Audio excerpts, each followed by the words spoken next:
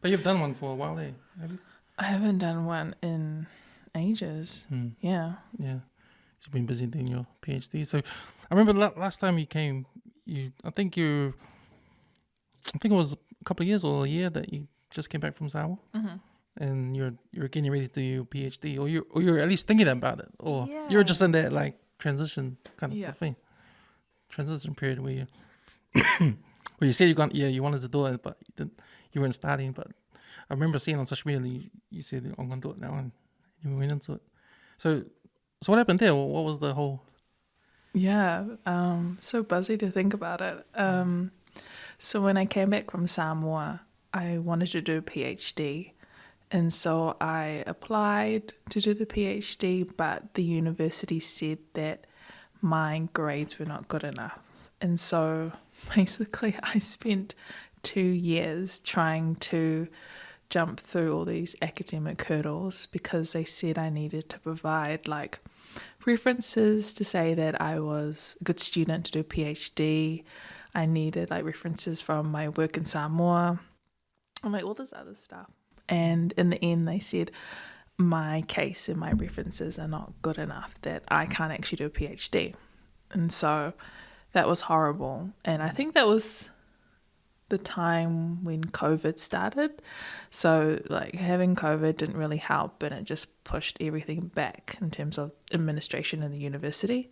And so for the next year, I was kind of like in limbo about what to do. So we kind of got there in the end where I had to do a few courses and papers, and I got through.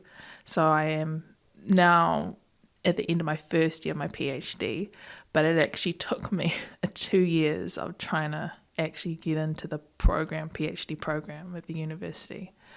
So it was really frustrating because they just didn't communicate with me at all. Like there was just no indication of how my process was going in terms of my case. It was just like, it was horrible, but it's done now. So I finally do my PhD. Because did they tell you why you were lacking on information that you needed in that? Like obviously you went to Samoan, you worked there, and you were studying the taro leaves and that, all that kind of stuff. It seems like to me like that was enough. Like that's like real work experience. That's what I thought. Yeah. And that's what my supervisors thought as well. So they were confident going into presenting my case, but what the university said is that it came down to my grades. They said because I got a B minus, that was not good enough. And that's all it was, which is really surprising to me because I know there are a lot of bright students who are not A+ students, you know. And I've been told by many people that they don't always choose A+ students because usually students who get around like the B's are a bit more like they don't give up. If an experiment is going wrong, then they're like really persistent compared to the A students who usually do everything amazing and find everything really easy. So yeah, it kind of sucked that it came down to my grades. Oh, okay. Yeah. So that would have put anyone off, but for you stuck to it, eh? And how did you get over that? Like you got that bad news, you know. I think a lot of people would just given up and did something else. But what was it with you that made you think to yourself, oh, okay, I better sort it out and carry on? You know, you didn't give up. You know? Yeah. I think mainly because of the location of the university. So I'm talking about the University of Auckland, and all my family's here, my mum and my nana. And my nana's 92, so I wanted to be close to her. And I think that was the main reason that I persisted, because I wanted to stay in Auckland. But I did talk to other universities like Waikato, Massey University, also down in Wellington. Because like I said, hey, I want to stay in Auckland. Could I still enroll with you even though like you're in Wellington or Waikato? And they said, yeah, that could work out. So that was great to know that. But I mainly persisted because I wanted to stay in Auckland. Yeah. But I mean, it was really hard because I didn't have any income as well, because I didn't want to start a job, like a full-time job, and then the university say, oh, you can do your PhD. because I just didn't feel like that would be appropriate if I wanted to go and work full time or even part time as well. So I think maybe it was also like, I don't know what you would call it. Kind of feels like being naive or in a way, or just kind of like, I don't know what you'd call it. Yeah. Like you can't say no to me. I gotta do something. Yeah. Do something about it. I think so. Yeah. Yeah. I don't really know what that is. So it was the Auckland University that finally let you start the PhD, and how did that happen? Like, what happened there? So the university said to me that I could do my PhD if I have the support of my supervisors and that I do an additional milestone according to them. And so that milestone was that I just had to either present a paper at a conference or write like a chapter of my thesis. And so my supervisors were happy with that, and my supervisors were happy to support me. And so we were able to go ahead and do the PhD. So it was really down to my supervisors. So really thankful for them. But you already had them in your pocket. Yeah. Already. Yeah, and they. So it was alright. Yeah. So what was the other thing you had to do? You had to write a chapter, and then you had to. What was the other thing? Well, I chose to present my research at a conference. All right. Yeah. Right. Oh, the one you're doing your PhD on. Yeah. Oh, okay. Because you had it all in your mind, what you wanted to study and what you wanted to. Yeah. To write about, but you also did some speaking too at schools and that, so Yeah. that kind of stuff. So wasn't that stuff counted? That's a really good point. It wasn't counted, and I think that's because when the university looks at a student, they're really looking at their academic work. So the things that they have done research on or things that have been published. In science, when we publish work, it's more legit in a way because we've done all these trials, we've analysed it, and we've critiqued it. So when I talk about science communication and talking at schools to students about science, the university doesn't give much weight to that because it's not research. Yeah. That's a good point. But because it was more your own experience. Yeah. What you were talking to the kids about. That's right. Like I hadn't done anything in the lab, and I hadn't analysed it or anything. Yeah. Okay. So they accepted you. When did they accept you? 2022. So it must have been like end of 2019. Because I started my PhD 1st of February 2022. Yeah. Oh, okay, yeah. And when is it due to finish? Oh, I've got another 2 years. Oh, okay. So Yeah. 2025. and because I'm not familiar with how the PhDs work, so it's more of they assign you a topic to study. If you want, it's a PhD for anything. Like science or history or something like that. Yeah, like for a PhD, generally it's 3 years worth of research. And usually when you do a PhD, you've already done your bachelor's degree, so that's 3 years of study. And then you do a postgraduate, which is another year, and then a master's, which is a research of a body of work for a year. So that's 5 years of study that you've done. And then you're able to do your PhD. So generally by that time, they kind of trust you, like, oh, you can create your own research. Right. So generally it's going to be new stuff people have never done before, new topics people haven't explored.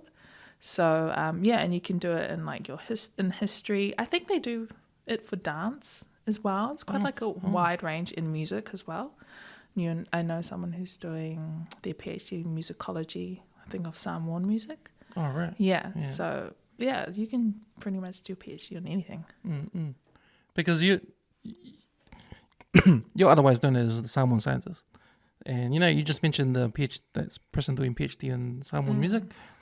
Like how big is that now in the universities? Like wanting to do PhDs with people's cultures, or you know what I mean, and that kind of stuff. So it seems to be really big now. Like they're trying to encourage more of that. Definitely. Yeah. I was just thinking, at the university that I go to, they have Pacific Studies, and they have quite a few Pacifica PhD students. Like I know one person who's done their research on mental health, I think in terms of like sports players. There's been some quite intense topics, like I can't remember what it is, but like in reference to kind of sexual violence within like the Pacific Islands and how we interpret that, things like that. And then, there's quite a range of Pacifica students doing like Pacific related topics in terms of PhDs. And for you doing the topic of food, that's the one. Yeah, the food. How far have you got into it now? So I'm looking at the Samoan traditional diet, and in my first year I have to read what has already been published about Samoan food. So I've read a lot of works by missionaries. So the missionaries who came to Samoa in 1830s. And they were really interesting. That a lot of them were inaccurate, some very racist. But they did record food, which is great for me as a researcher. And I found that the Samoan diet was made up of taro, breadfruit, banana, yam, coconut, and fish. So like a really starchy diet. Was that before the missionaries? Or? It was when the first missionaries came, so like 1830s to early 1900s. Oh, okay, and that's what they recorded. That's what they recorded, yeah. And so it's kind of stinking away because I wish there were Samoan authors who had also recorded what they were eating, because I don't really know if that was actually what they were eating, what the missionaries wrote, because they may not have had an understanding of some of the food that they ate and how they prepared it and things like that. But that's the information that I've got to go on. Oh, okay. Yeah, it's interesting when you go back to it, because I don't know, like, because then you've got the recorded stuff, right? What the missionaries said. Then you've got the traditional, the word of mouth, the kind of like it's been that we've been making food this way for ages. Like how do you differentiate what's if recorded was new or what, or the traditional stuff? Yeah. Like how are you going through that process? Because that must be, because like you said, there's no authors. You're just gonna go by what you research, what's down on paper. But you probably have to go. You have to go to Samoa and talk to the elders and all that kind of stuff. Yeah. I was planning to do that as part of my research, but that was before COVID. And so now we're just staying in New Zealand, but I'm planning to talk to people who have some knowledge about Samoan foods, so elders, matais, just wanting to hear the experience of Samoan traditional foods. So yeah, that's part of my research as well, like trying to find those people and just having like a discussion with them about foods, Samoan foods. And all the influences that came off of there, like there's a Chinese influence and all that. With the sapasui and that. Yeah, I was thinking sapasui. Yeah. Because would you say that's traditional? I wouldn't say that, Yeah. If the Asians brought that in. Even the German stuff, Yeah. German. Well, I think it was German bun, but was there a lot of bakery stuff that is influenced by the Germans? Yeah, like bread and that. Yeah. Like they can make their own bread and stuff like that. Yeah. But there's German buns with the What is it? It's crimson, eh? Oh, It's yuck, man. I hate that, I eh? don't like them, so I don't know what it is. It's like a sour. It's not even sour. I can't even describe what it tastes like. Yeah. It's not. I don't It's know. like it's sweet, eh? Yeah, it's sweet. But it's like not very nice. No. I just like my kikapua, my pork buns. That's my favorite. See, even that could have been from the Chinese. Yeah, definitely. Yeah. Yeah. Sup sweet. Yeah, definitely from the Chinese. So you've been studying all that kind of stuff too, like. I'm trying to stay away from that because I feel like the sapsoi kikapua, like the masi and the kikisenga, that isn't traditional, I would say. So I kind of said when I'm looking at Samoan traditional foods, I'm wanting to look at foods from the 19th century, so 1800s to early 1900s. So it's more like the foods just by themselves, like the galo, the breadfruit, banana, yam, coconut, and fish. Yeah, seafood would be a good one because Yeah. man, we probably eat a lot of stuff in the sea that no one else eats, eh? Yeah. Like yeah. seal. That's so true. Have you had that? Have you had seal? I'm too scared. Man, I tried it, eh? Yeah. And man, that was gross.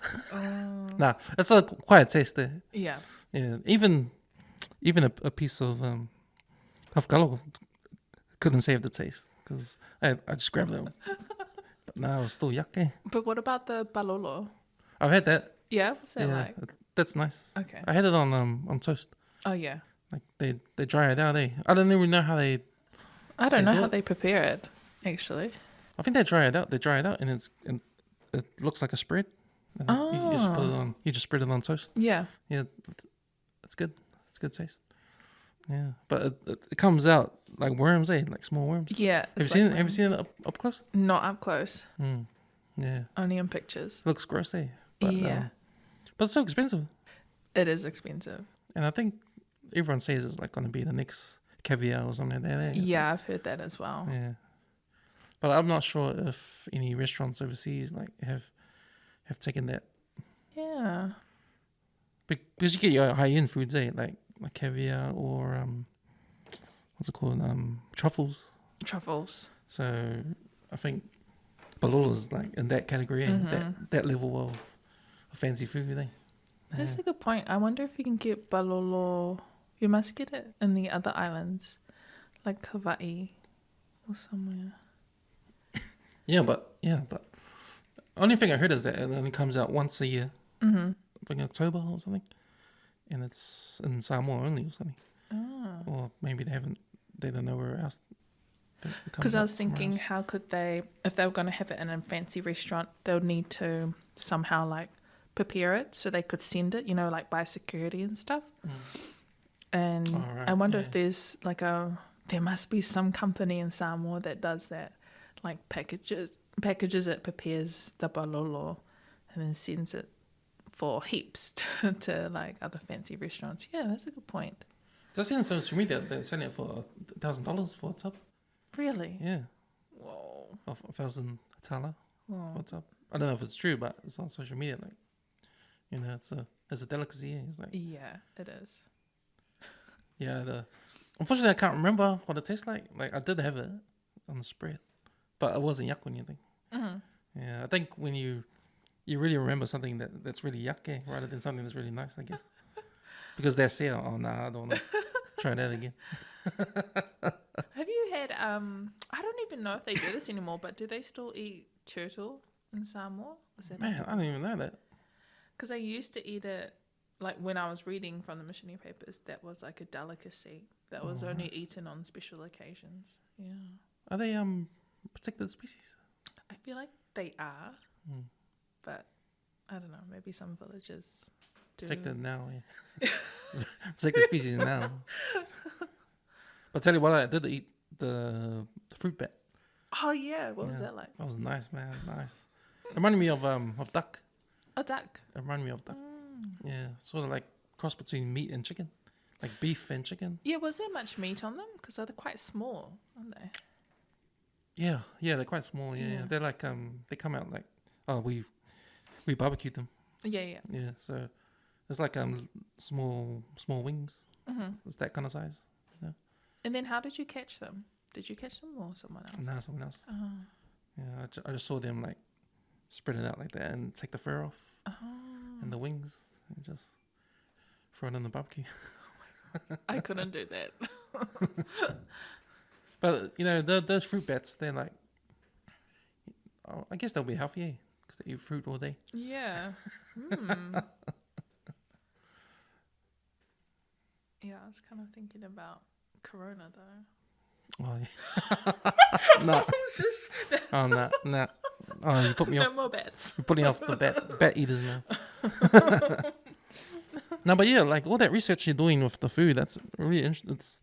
It's cool how you're learning all that kind of stuff, eh? Like, you know, like what's the original stuff, eh? And how healthy it is, or because do you look at like body types and that, and does your research go into like nutrition, like the evolution of it, like what we used to eat before and then what we're eating now? Yeah. And then how it's changed our body type and that. Yeah. Because I reckon that this is just a theory of mine, but you know, Polynesian people, we're not our body types are not used to like processed food. Like that's why we get so big in that, you know. I think our bodies react to processed food differently to white people. You know, I don't know, but there's some truth to that. A couple of theories saying that, like our ancestors, our Polynesian ancestors who were navigating to new lands, to new Pacific islands, that their bodies were more able to deal with a lot of starch because they had to build up their bodies and their metabolism before they set out and travelled unknown distance, unknown waters to new lands. So there is that theory that Polynesians, which is us, our ancestors, we have like a better metabolism of processing starchy foods like our taro, our breadfruit, our bananas and our yams. And so when we come to today, when we still have some of those genes within us, but we're not so much navigating oceans, right? We're kind of driving to the supermarkets and getting food and kind of like, well, I watch Netflix at home, you know, so not being as active as our ancestors, that we're being more at risk of metabolic diseases like type 2 diabetes. So yeah, you kind of are right that our bodies were more in tune with being able to have lots of starch, but then we're also living active lives to able to break it down. So it didn't affect us. We were still healthy. But when we're here in 2023, it's a different story. And unfortunately, it's affecting our health. What's the difference between starch and carbohydrates? I'm still learning this myself. So I'm not 100% sure between starch and carbohydrates. We can probably look it up on Google. Yeah. But, There's something for me to learn. But it's interesting, that because if we're brought up like back in the days, all our lives with that starch, with all that same foods, it's healthy foods, it's organic foods. So we're going to be lean, and we're always doing the work outside that. You know, the men are doing the work outside, you know, and like you said, navigating the waters and that, like we have to build that metabolism. And then all of a sudden, our foods change, and then our body's not used to something we're not used to eating, like or the Western type foods. And I think over time, like that's why we get the big Samoans, the big Islanders, the big Tongans, you know, that kind of thing that we probably didn't have before. Because I remember when I was in Samoa, I noticed that at the back, like in the villages and that, everyone's skinny. Yeah. But in town, like, there's heaps of big people. Like, you know, there's different body types. Yeah. You know, like, it made me think, you know, it's the different foods we're eating. You have more of a chance in town to eat processed foods, Western type foods, compared to being organic in the villages. And there. Yeah, absolutely right. Yeah, people who live in town are more likely to go to the supermarket and get saimingi, like 2-minute noodles. And plus, people are busy as well. Like I'm thinking now, presently, people in Samoa, they're busy, they have families. So sometimes it's easier to kind of just go through McDonald's, go through the drive-through, or go down to the shops and just get some cheap food, because use cheap food that is unfortunately unhealthy. And like when I think about here in New Zealand, it's the same as well. Like healthy food is so expensive. Food is expensive, like full stop. So yeah, now we have these unhealthy options, whereas our ancestors, they just had the food around them, the food from the environment, which they had to eat. But I was just thinking when you're talking, when you said the different types of foods, the Western foods, like they kind of affect or kind of how they react to, or how they develop different body types. Like I think there might be something around that I should maybe look into. But then I was also thinking that when we talk about food and like health, it's not that simple. There's just so many things that affect our health. It's like what we eat, our lifestyle, our genetics, our environment. In some areas, there are just fast food takeaways just everywhere, in the close proximity, you know. And there's just so many factors, yeah. And probably the other factor is there's so many food out there. There's so much food now than I think ever before now. Hey, because I don't know if back in the old days, when you have 3 meals a day, now you can have all sorts. You don't have to have 3 meals a day. You can have snacks in between and that. I mean, there's lots of food out there, I think. Yeah. And probably never had that amount of food that everyone's got access to and stuff. Yeah. I also read as well, like during the missionaries when they came, they recorded that Samoan people only had two meals a day. So usually in the morning, and then their biggest meal would be in the evening. Oh. So that's something as well, like how... Eating less. Yeah. Yeah, so they're eating less, doing more exercise. They didn't talk about snacks or anything in between. It's just a different way, a different lifestyle back then. And I guess it's all consumerism stuff, eh? Like everyone's trying to make a buck. Like you're gonna sell some food, so you can have. It's like the whole T-shirt thing. Everyone's printing T-shirts. I've seen that. Printing T-shirts to sell, and like, how many T-shirts do you really need? You know, like it's like, yeah, food is abundance now. Eh? We've got an abundance of food now, but it's interesting about how. Yeah, it's interesting that your studies about looking at back in the days, because even with the human body, like, do you have to get into like a baseline sort of thing? Like, what does the human body, what's the intake like? Like, what happens if you have carbs versus protein and all that? Study that as a baseline, and then they have a different ethnicities, if that affects that. Yeah. So we're kind of looking at one aspect of that in terms of the body. So we have a clinical trial where that means we look at Māori Pacifica, and they come into the university and we run assessments of them. So we run assessments to look at their body composition using the DEXA scanner. I think a lot of athletes use it, and it measures their bone density, their body fat and muscle mass.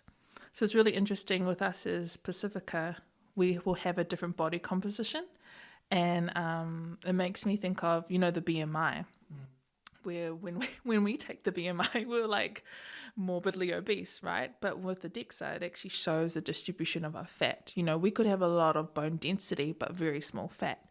Right. And so that gives us a more in-depth understanding of our body composition, especially as Māori Pacifica.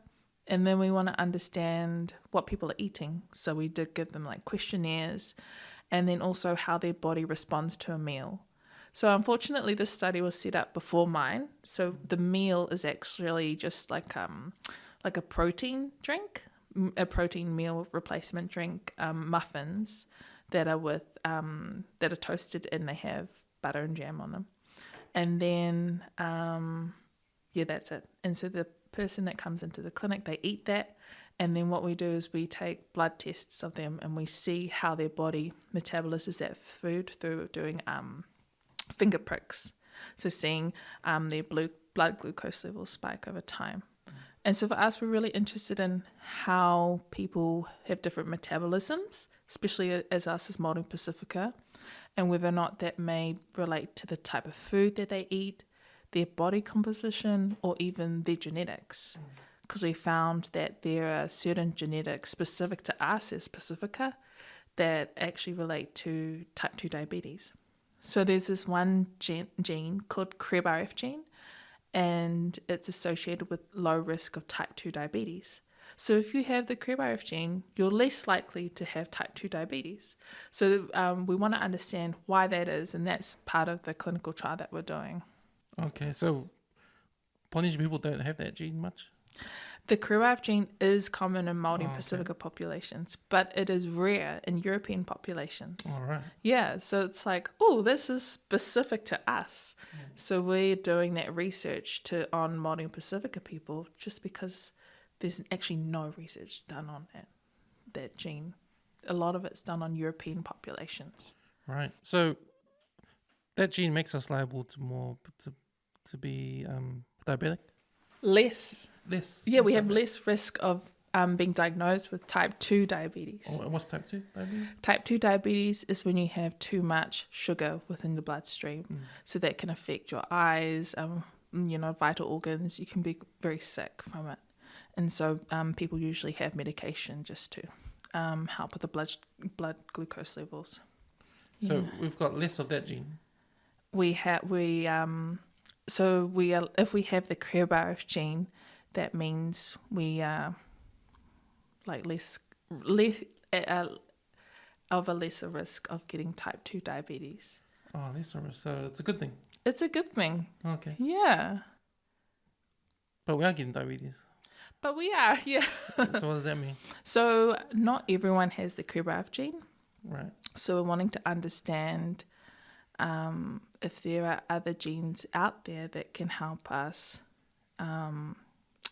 see if they relate to type 2 diabetes. So if a person goes in say for instance in the future, a person goes into the doctors for a blood test and they're Pacifica and they have these certain types of genes, then we're able to give them medicine that can help them in terms of their genetics. Yeah. I don't know where I was going with that, actually. No, it just means that we can treat them, I guess. Yeah. But like you said, we're still getting type 2 diabetes is still an issue in all Pacific populations and also worldwide. It's quite a chronic disease worldwide. So if the Palangi's don't have that gene because it's rare for them, that means they're more liable to have type 2 diabetes, right? Not so much, because there's also other genes and other factors as well. That counter that help them out. Yeah. Oh.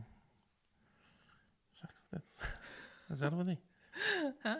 So that's not like so out of all that data you get from all these Pacifica Māori coming in for tests and that, what other than the gene thing, what's the most common thing that they have that other people don't have, like with their composition? You say their body. Well, we have a criteria of people who can come in, so there's specific age, also BMI as well, and they don't have any pre-existing conditions like diabetes or anything like that. But we're not sure until we look at the data on what's the most common thing when we look at them. Yeah, but we're wanting to understand more the genetics and see how they relate to, or if they even relate to a person's body composition or metabolism, and get more of an understanding around that, because there's no research that's out there that can link the two at all. And so a lot of people kind of like, oh, you don't need to look at genetics. What we need to do is help people live active lives and eat healthy food. But there's also another train of thought of looking at genetics and how we can help people through administering them medicines by understanding their genes. So at the end of all this, like your thesis, Well, I know you're studying the food and that, but what is the ultimate goal for your thesis? Yeah. I'm wanting to give evidence around the Samoan traditional diet to be a diet that we can say, hey, if you are pre-diabetic or even if you have diabetes, we would recommend that you eat this diet because it's going to be beneficial for you. So I'm hoping that we can really help our communities by kind of relearning our culture and getting the advice from our ancestors and using that knowledge today, and also understanding more about our Samoan culture. Yeah. Is that because of all the diabetes problem we have with our people and that, and with obesity and that? Is that the reason why I want to? Like, is that some of the things why we need to sort of find out how to control that? Yeah, I think there's a lot of great research being done and a lot of programs like the Butterbean program. Yeah. That's been really great. But hasn't been anything that has been successful long term that has worked for us as Pacifica. And so I feel like the traditional diet could be one of the solutions to help us, along with, many other things as well. But I felt like food was a good place to start because I like food. Yeah. Is there any examples overseas, like with indigenous foods that helping their society now, or things like that? I know in Hawaii they're done a lot of great indigenous work around their foods and trying to reclaim indigenous agriculture. So I know they've been growing. It's like terracing. So apparently their ancestors, they grew their crops by terracing them. So it's like it would be like one platform that have galo, and another platform lower that have banana, and somehow all the ecosystem will kind of join together. So I think they've done really great work in terms of that knowledge. I'm not sure about the diet, and I haven't read anything about other research in terms of the Hawaiian diet. Yeah. But there must be. I need to look at other indigenous cultures as well, because I was thinking like the Alaskan cultures. I remember just seeing them eating a lot of like whale meat and things like that. There'd be a lot of great research around that as well, health benefits of that. Yeah, I just had the thought of the Aborigines in Australia, how they did the fire thing. They used to burn the land. And that was interesting. Because wasn't that like a way to prevent further fires? They would burn off like areas to prevent the fire from. Yeah, they had that as well. Yeah, like they would. Yeah, so to avoid fires, to avoid a bigger fire from happening, they'll burn a certain part of the land. And I think that they came hand in hand with how they hunt for their food. Because have you seen that? How they hunt? They burn the area, and then there's all these burnt. I don't know what they are, but they're massive like lizards. Oh, lizards! And they just grab them and eat them like they're already cooked. Oh, you'd think the lizards would crawl away from the fire. Oh, I don't know what they are. They're the big ones. They're big. They're sort of like that big. They're in holes and they're all burnt. Oh, they were in the holes in the burrows. Oh, yeah, that would make sense. Yeah, sure. There's a cool documentary on Netflix called Fire. Fire, okay. Yeah, it's there's an American guy. He's into barbecues and he goes around the world, and it's pretty cool. But does your research go into like that kind of stuff too, like how we cooked back in the days, the way we cooked? Yeah, use of fire and fishing techniques and all that kind of stuff. Oh yeah, I should really, because that's a good point. I only read about the umu, so the traditional Samoan oven where we use rocks and above ground, and also masi pits. Have you heard of them? They're like pits that they used to dig in the ground and then throw in breadfruit. If they had like a big harvest of breadfruit and had a lot of leftover breadfruit, they'll throw it into a pit lined with banana leaves, breadfruit leaves, and then they would cover over the pit with more leaves, and they could leave it up to a year or like 6 months, And then when they needed the food, all of the breadfruit was fermented. Apparently it smelled like bad cheese. But when they got the fermented breadfruit, they would shape it into bread loaves and then they cook it in the umu. So it'd be like a breadfruit bread. Yeah. And those were the only two things that were mentioned, umu and masi pits, in the records. But you made a really good point about fishing techniques. Yeah, I haven't read anything about that. But I feel like when I'm talking to people who have that knowledge about Samoan food, someone must be able to bring that up. That would probably be a clue, if they know the old ways of doing it. Like they'll probably understand what they're eating back in the day. Because when did the missionaries get to Samoa? 1830. So it'd be hard. That's why it's hard, It's to know anything before that. Yeah. Because did the missionaries bring their own food as well? Like, they introduced animals there. Did they? Oh, I think the Germans did. I'm not sure about the missionaries. Because the Germans, I think they used a lot of donkeys to transport the coconuts for the copra industries. I'm not sure about the missionaries. And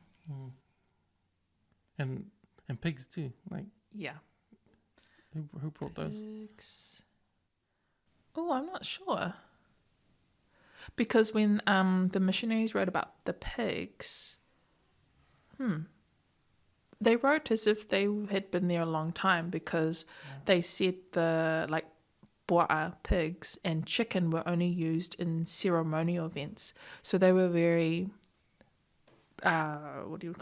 prestigious foods, and they weren't commonly eaten. So meat like that was special, that type of food. So yeah, that must have been maybe before missionaries, the pigs came. Because it's big in Tonga, I heard. I know, yeah. Yeah, they loved it.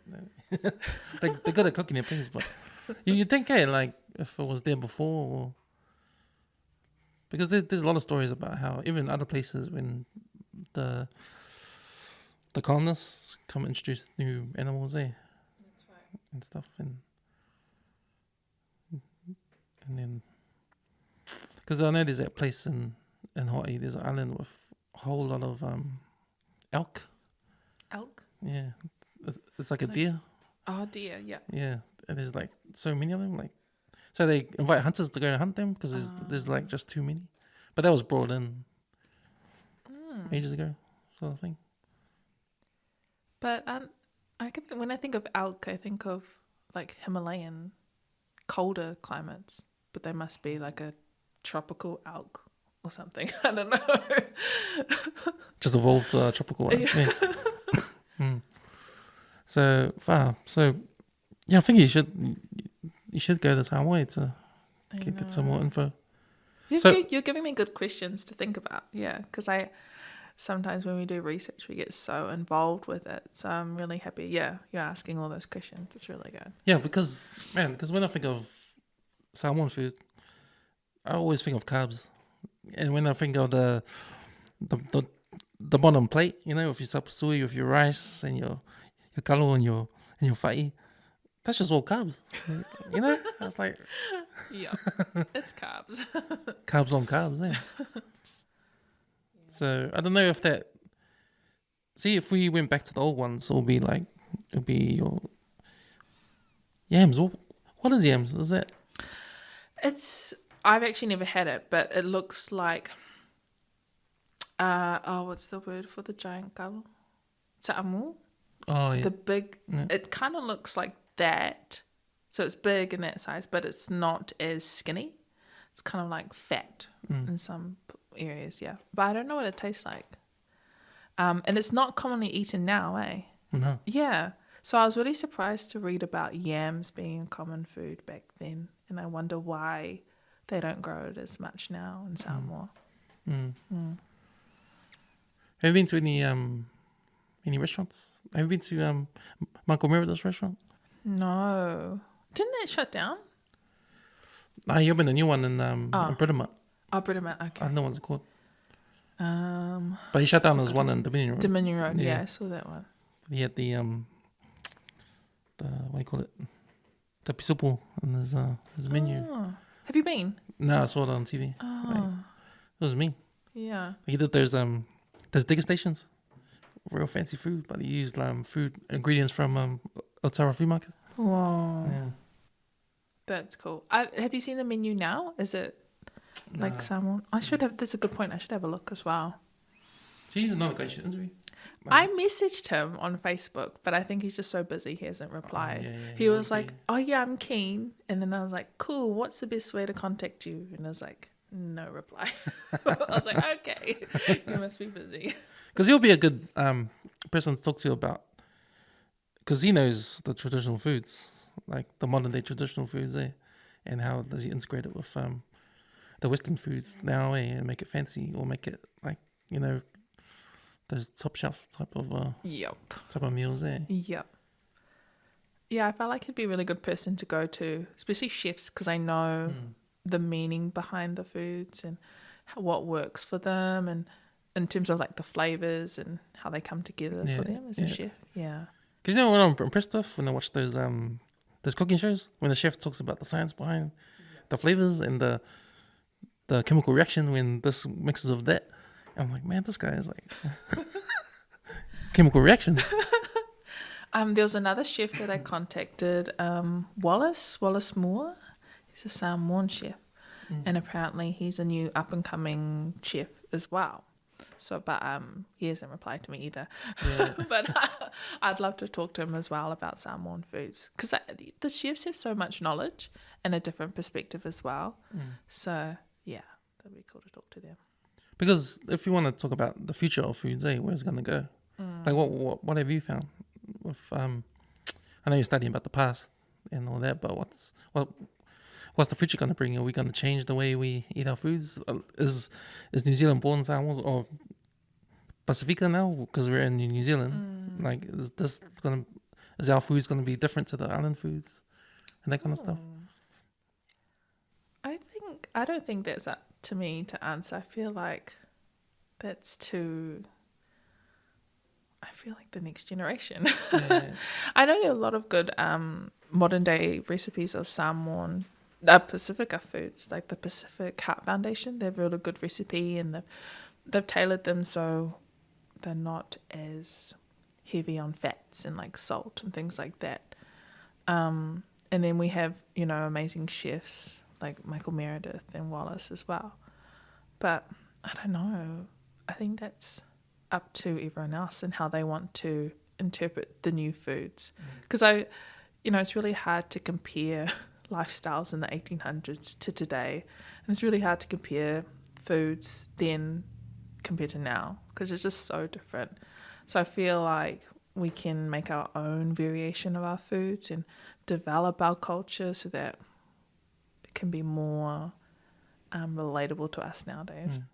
Because I think it's important. I think people like Michael Meredith and Wallace are important to promote our foods in that way. Yeah. Because I think that is the future, and integrating our traditional foods into the modern day cuisine their way, like, it's really important, I think. Because like I always thought, like, how come we don't have more like island restaurants around?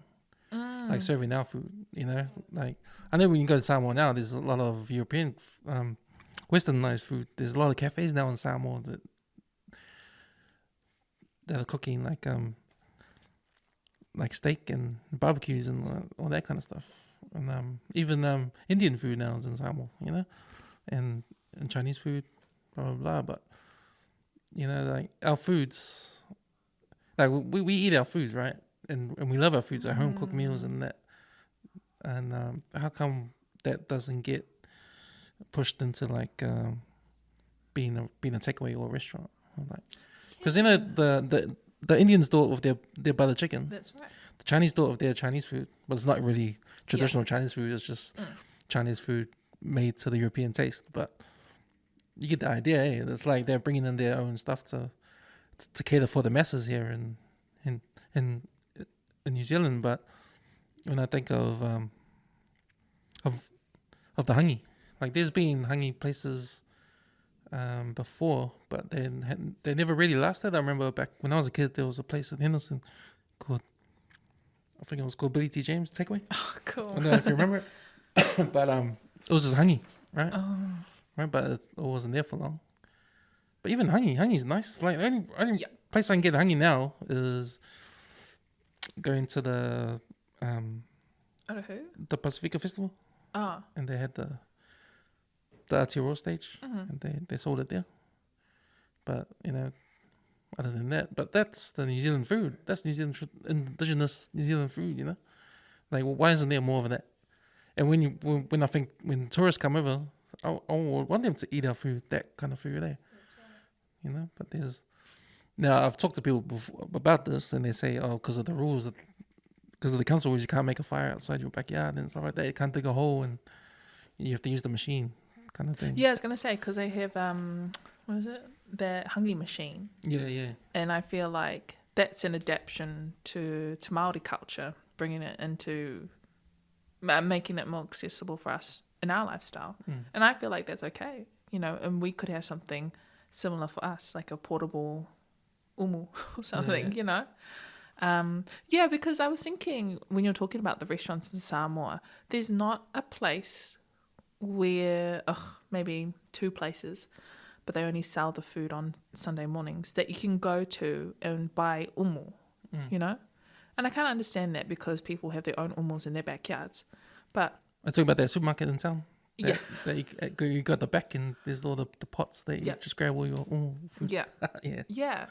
And I found that was new when I went there. Oh. Because the place wasn't new when I went, but it was new for me to experience that because, I'm used to I think like everyone wakes up early on Sunday morning to go outside and do the umu outside. But then living in town, like everyone's going to that place. Yeah. Because no one's doing the umu anymore. No. It's like, it's being westernized, right? Yeah. Like people are not lazy, but it's more convenient. The convenient things coming in now. Yeah. Like that. Yeah, that place was packed on Sunday morning. Yep, it is. And they were expensive, I think, from what I remember. But I mean, people are still buying food there. Yeah, so it'd be nice to have like an umu shop here in New Zealand. I'm sure people do that. Do that. But you still get your island takeaway places. Yeah. Here and there, you get an Otahu. Yeah. I know Henderson, opposite Henderson High School.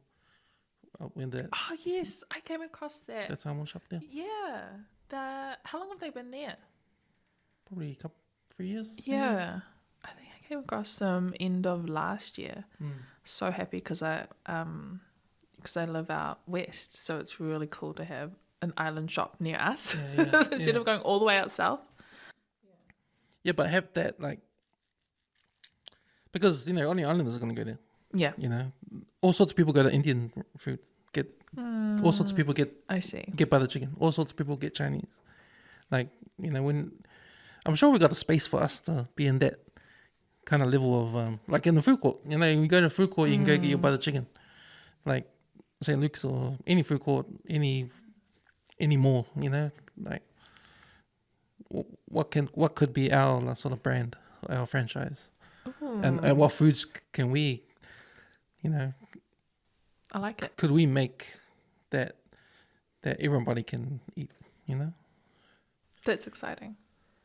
Yeah, and I was just thinking, as a researcher, I don't know if that would help, but when some diets, like Mediterranean diet, or eat sushi, it's healthy for you, to have research behind a food that sometimes draws people in because they're like, oh, it's healthy for us because they say so.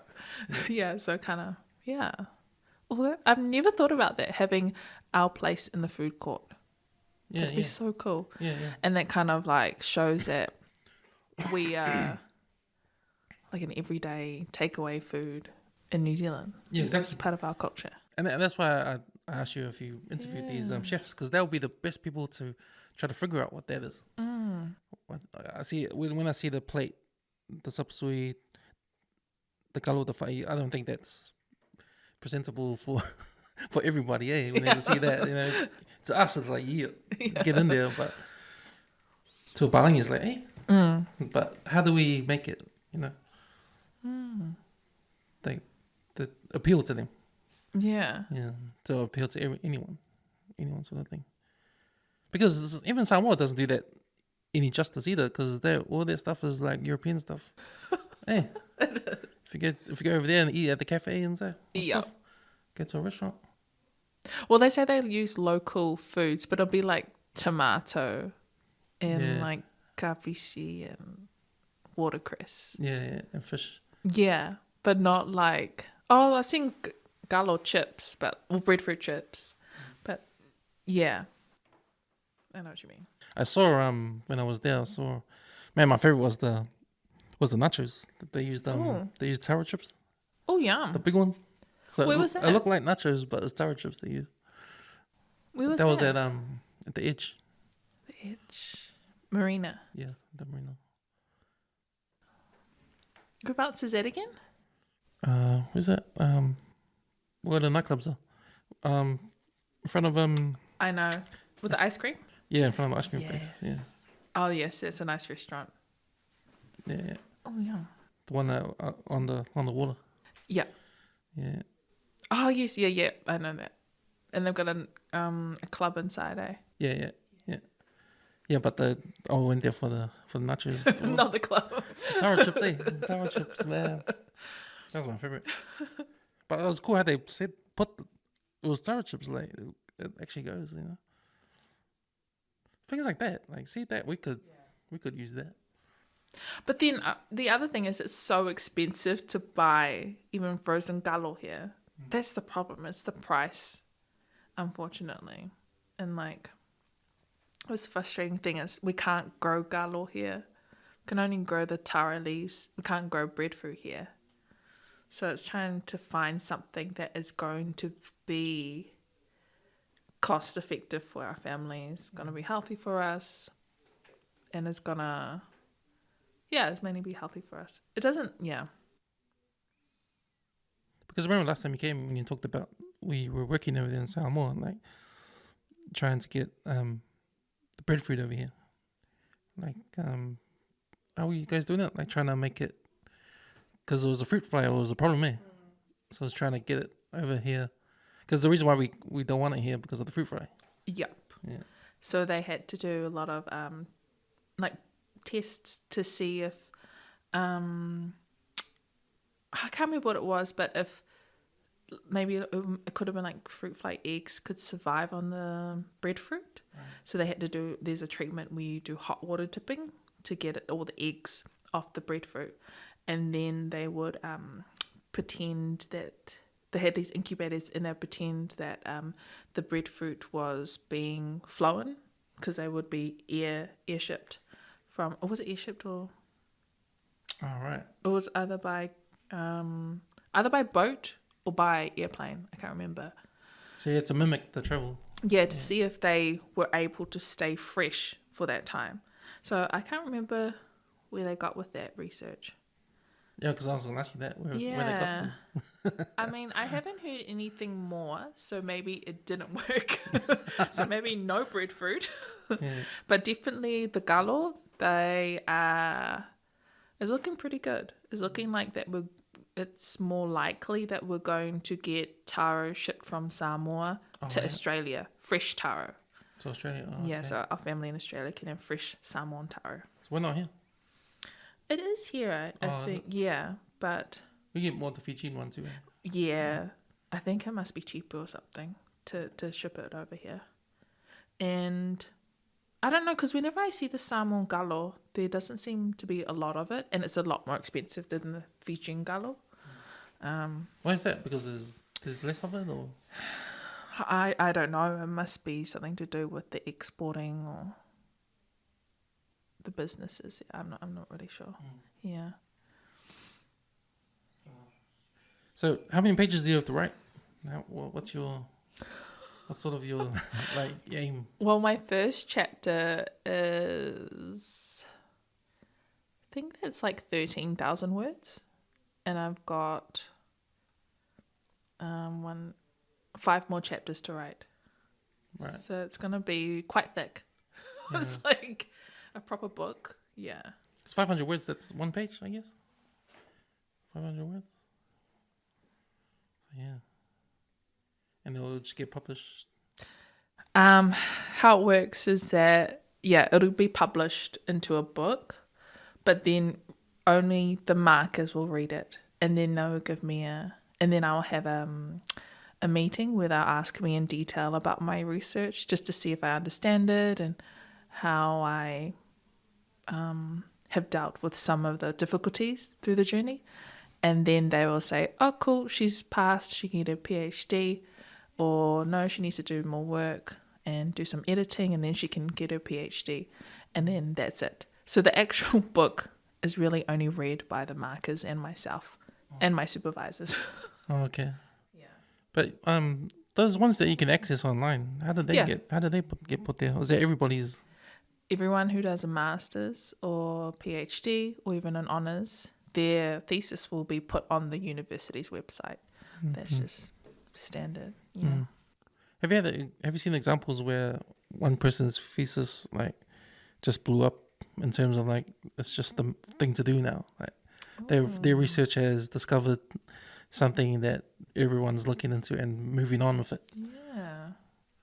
Has there been any examples of that? Because I guess that would like encourage a lot of people in their research. I mean, I haven't come across any, but there must be. I think there's been like trends within research. Like I was thinking, our friends in population health, so they will look at different ways, different models for analyzing things. So for Pacifica, as Pacifica researchers, and if we're looking at Pacifica people, there's not a lot of tools for us to kind of collect data and then analyze it in our way. So people's PhD thesis will be around creating a model to do that. So like one type of method is using talanoa. So that's discussion using like in a Pan-Pacifica way. So yeah, I feel like there's a lot of PhDs who are like that, who are looking at models to help us understand Pacifica data collection and analysis, but like not a topic that people are like, yeah, let's all focus on that. But there must be some. Like I think in cancer, there must be certain like components of that people look at that be like, okay, that's really key point in the cancer research. So we're all going to kind of research that and go on with that. You know, when some of these theses are that thing where it describes a model that people can use, like how is that presented to people to read and to how do we find things like that? Because I had a guest on a few weeks ago, Safotu. He did the thesis on time management with Pacifica people, because how do you manage your time with church? Time is a Western construct. Yeah. But his one was about time. How do we manage time and living in the Western world, living here in New Zealand? Because we got all these family obligations. We got church, we got sport, we got studies, and how do we, like, for us, it's everything is equal, right? But how do we manage all that? Because you know, when it comes to church, we got to drop everything for church sometimes, and then sport. Sometimes we have to sacrifice sport, and we can't not go to school. You know, but there's a lot on our plates. So he did his research around that. So his model, I guess, was around how to navigate that. What's the best way for us to manage our time, which I thought was pretty cool. And I thought as well that, man, I never even thought about that. Yeah. Like who thinks about that? Like who, and this, because his story was he experienced it. Like he had to drop everything. He had to drop his sport to go help his mum clean up the church, kind of stuff. But to me, I know that's a problem. I know that's a thing. But I never thought it was like a big deal. You know, but it is. Eh? It is. Yeah. So it's that model. So I guess your model would be, yeah, around healthy eating, and like proving that our traditional way of eating, our traditional foods or organic eating back in the days, are the way to go now. That's what I want to try and explore. And I guess the offshoot of that is everybody else looking at this research and thinking, wait, we should try this. Hey, we should look into this because it's real. Like, it looks real. It's real. You got all the evidence there. And then that makes me think of like the type of people that we want to share the information with. So for me, I feel like research is really important in terms of making decisions. So when we do research, for me, I want it to make a difference for our community. So I feel like if I have more information about the Samoan traditional diet, that could influence nutritionists, doctors. It could also influence politicians because they may say, oh, this looks interesting. We want to explore this more. So we're going to put funding into this, and you can distribute this to more people, distribute it to our communities, or do more research behind it. So I feel like it's really important as researchers that we understand who we want to share our knowledge with, and that in order to make a change and to identify a problem, it also needs to be acknowledged by politics as well. So it's like you mentioned with time management and is it Safoto's thesis? Things. That's what I like about research, because we do things about topics that you never think about, but are actually really important. And to acknowledge that time management as a Pacifica person, to write about it and say that's what it's like for us from our perspective, especially in research, because there's not a lot of our voice being heard. So yeah. I just had a thought there when you talk about politics, like, when it comes to like healthy eating for our people, like there's the economic thing. That's it's like the big elephant in the room, because you get the poor areas where most of our people live in, and all that's around them is the cheap takeaways, the cheap unhealthy foods and all that. And because healthy food is expensive, and when you talk about when you bring the politics into it, like, and when I think about how much power the government has, like, it seems easy for them just to say, okay, healthy food, drop prices, or no more GST on fruit, on fruits and veg and that kind of thing. And it seems like it's easy for me to just look at that and say, all you gotta do is just snap your fingers and it's gonna happen. But then it's not that easy, eh? It's not that easy. But but I think that's a big deal too. If we were talking about healthy eating for our people, like, there's that as well. So would your research be around how do we that side of things too, like the economic side of things? I think that will definitely be discussed, but that won't be the main aim of my research. But I think I really need to, it's naive not to acknowledge it, because it's easy to say to people, eat healthy, eat this diet. But, there's so many things that come into it that, I definitely need to acknowledge that food is expensive. And cost of living is expensive for us. Yeah, that's right. Yeah. And if you think about how we ate back in the days, it's just out there. Eh? Let's go hunt it. Yeah, let's go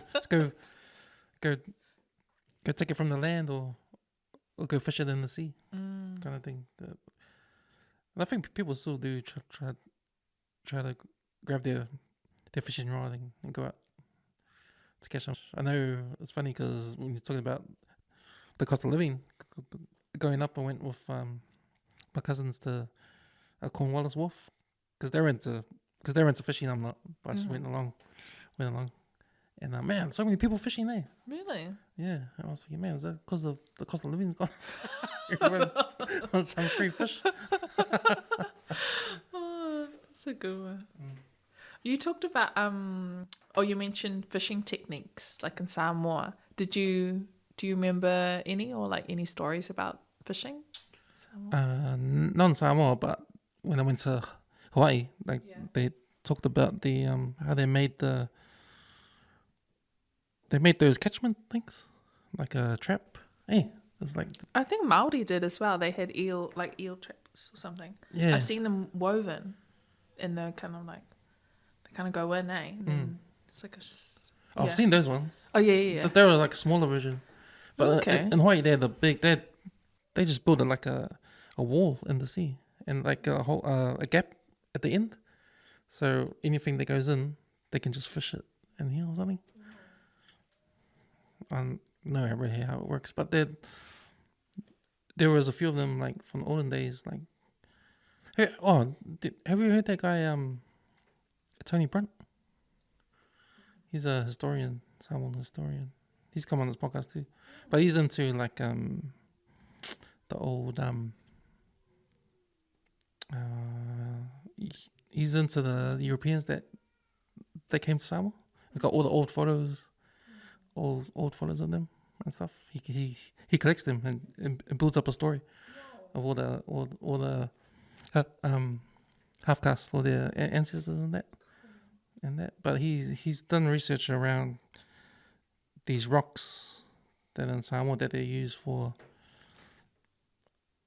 I think, pounding pounding food or something like that, or like poi. Nah, I forget. I should look it up, but it's used for something. It's like a tool, but it's like smooth rocks, but they're everywhere in Samoa.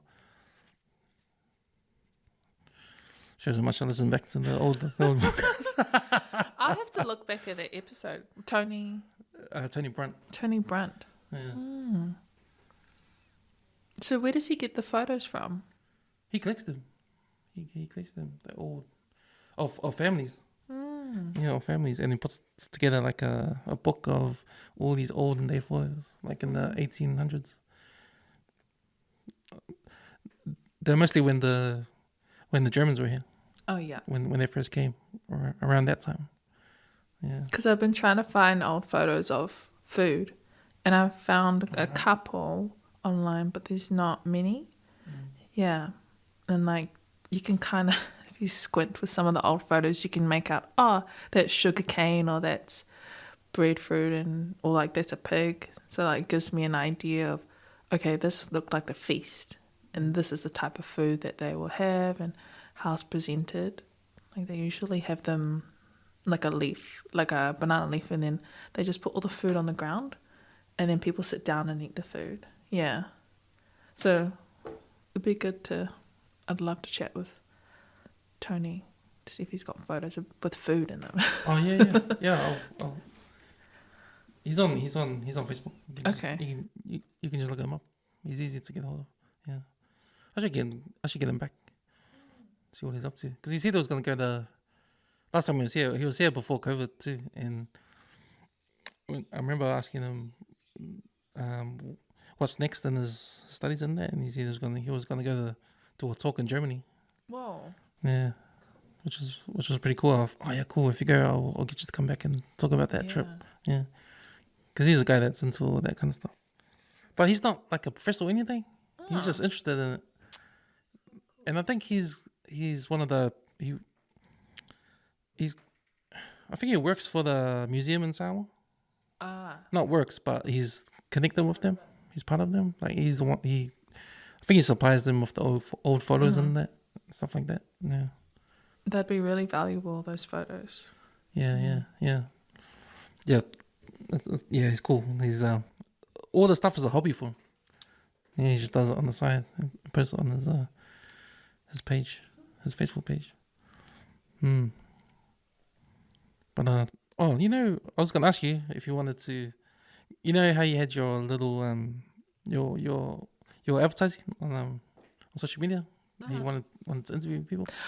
Just because with the university we have to have go through ethics, so make sure that me as a researcher and the participant is covered, safe, and in terms of their privacy and what's done with their data, so that it's all... So it can't be online or anything? So that you can't be identified, so that when we publish it, we only publish it with you as anonymous, and just making sure that we don't... we wouldn't, but we don't abuse the data and make sure the participants are portrayed in a safe way. Yeah. but I don't have the consent form on me. Damn it, you should have told me before. I would have bought the consent form. What if I just give you the consent now? You can just do it now. Because I read your thing and I was thinking, man, I could. What else say? Are you I was thinking that. Oh, I've got criteria. Oh yeah, what criteria? You have to have lived in Samoa for 20 years. Oh, okay. No, Damn. 1 year doesn't count. And we wanted that because we thought it would give a nice time period of them when they're younger, like a child, compared to their teens, so they get a good spread of the type of food they ate. Yeah. And then we'd want to talk about their time in New Zealand.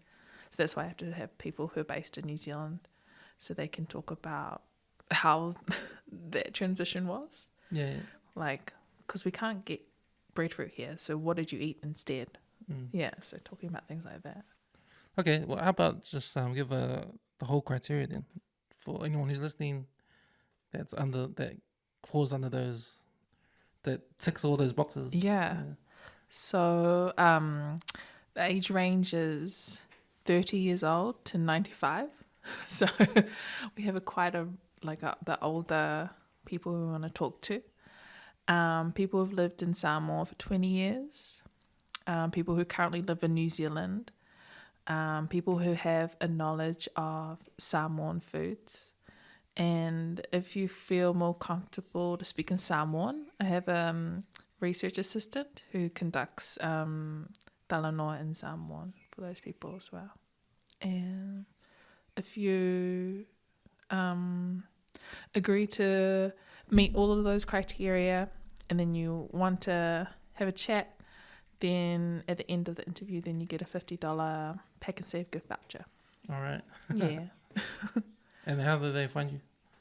They can find me on social media, so Samoan Scientist, or my email, amy.maslen-miller@auckland.ac.nz. But I've got all the details on my social media, Samoan Scientist. Have you had anyone yet? I've interviewed 2 people, which is is really good. Yeah. I love talking to them about Samoan foods because with both of them, they would immediately go to a really vivid memory when they were younger. And it was so interesting because they talked about it in so much detail, and it was really, I don't know, I guess it's like podcasting for you. I just love hearing that story, and it's just so interesting. I loved it. Yeah. But I'm looking for more people. So aiming to talk to 30 people. And so that allows me to get a range of voices heard and a range of stories so that we can identify key themes about what people understand about Samoan traditional foods and how that has changed over time when they've come to New Zealand. That's cool. I was just thinking about talking to my mummy about it because I remember when I was young and what we ate, like we didn't really go out much to eat out. So she usually cooked, and it was usually sapsui, and rice, and kalo and fa'i, and chicken, and just beef and that. But I mean, I remember when I was young, like I didn't like some of the foods, because I was real fussy when I was a kid. But I was amazed at my parents. Like, they would just eat everything, like the meat off the bone and all that stuff. I was always impressed with that. Like, man, how can, just bones, like, there's no meat on anything, that kind of stuff. You see that meme on social media of the different types of of chicken eaters. But there are the ones of, no, it was just a bone, nothing on it, just clean. And I was always impressed with that, and, yeah, but you just made me think about, like, that's probably how they were eating back home, like back in Samoa, back in the days, like, yeah, I think I should have a chat to her, see what she ate. Yeah. Because I'll ask her the same questions too, like, how was the food when she came to New Zealand. Yeah. And like, I was just thinking, when you come to a new place, food is kind of the last thing you think about as well. I mean, there must have been so much pressure when I think of my parents coming to New Zealand. You know, some people came over with no family or they didn't know anyone, and everyone spoke a different language to them, you know, and everyone wore different clothing, you know, buildings are different over here in New Zealand. Must have been tough for some people coming from the islands to New Zealand. Did those two people you talked to, that they described that as well? How different things were?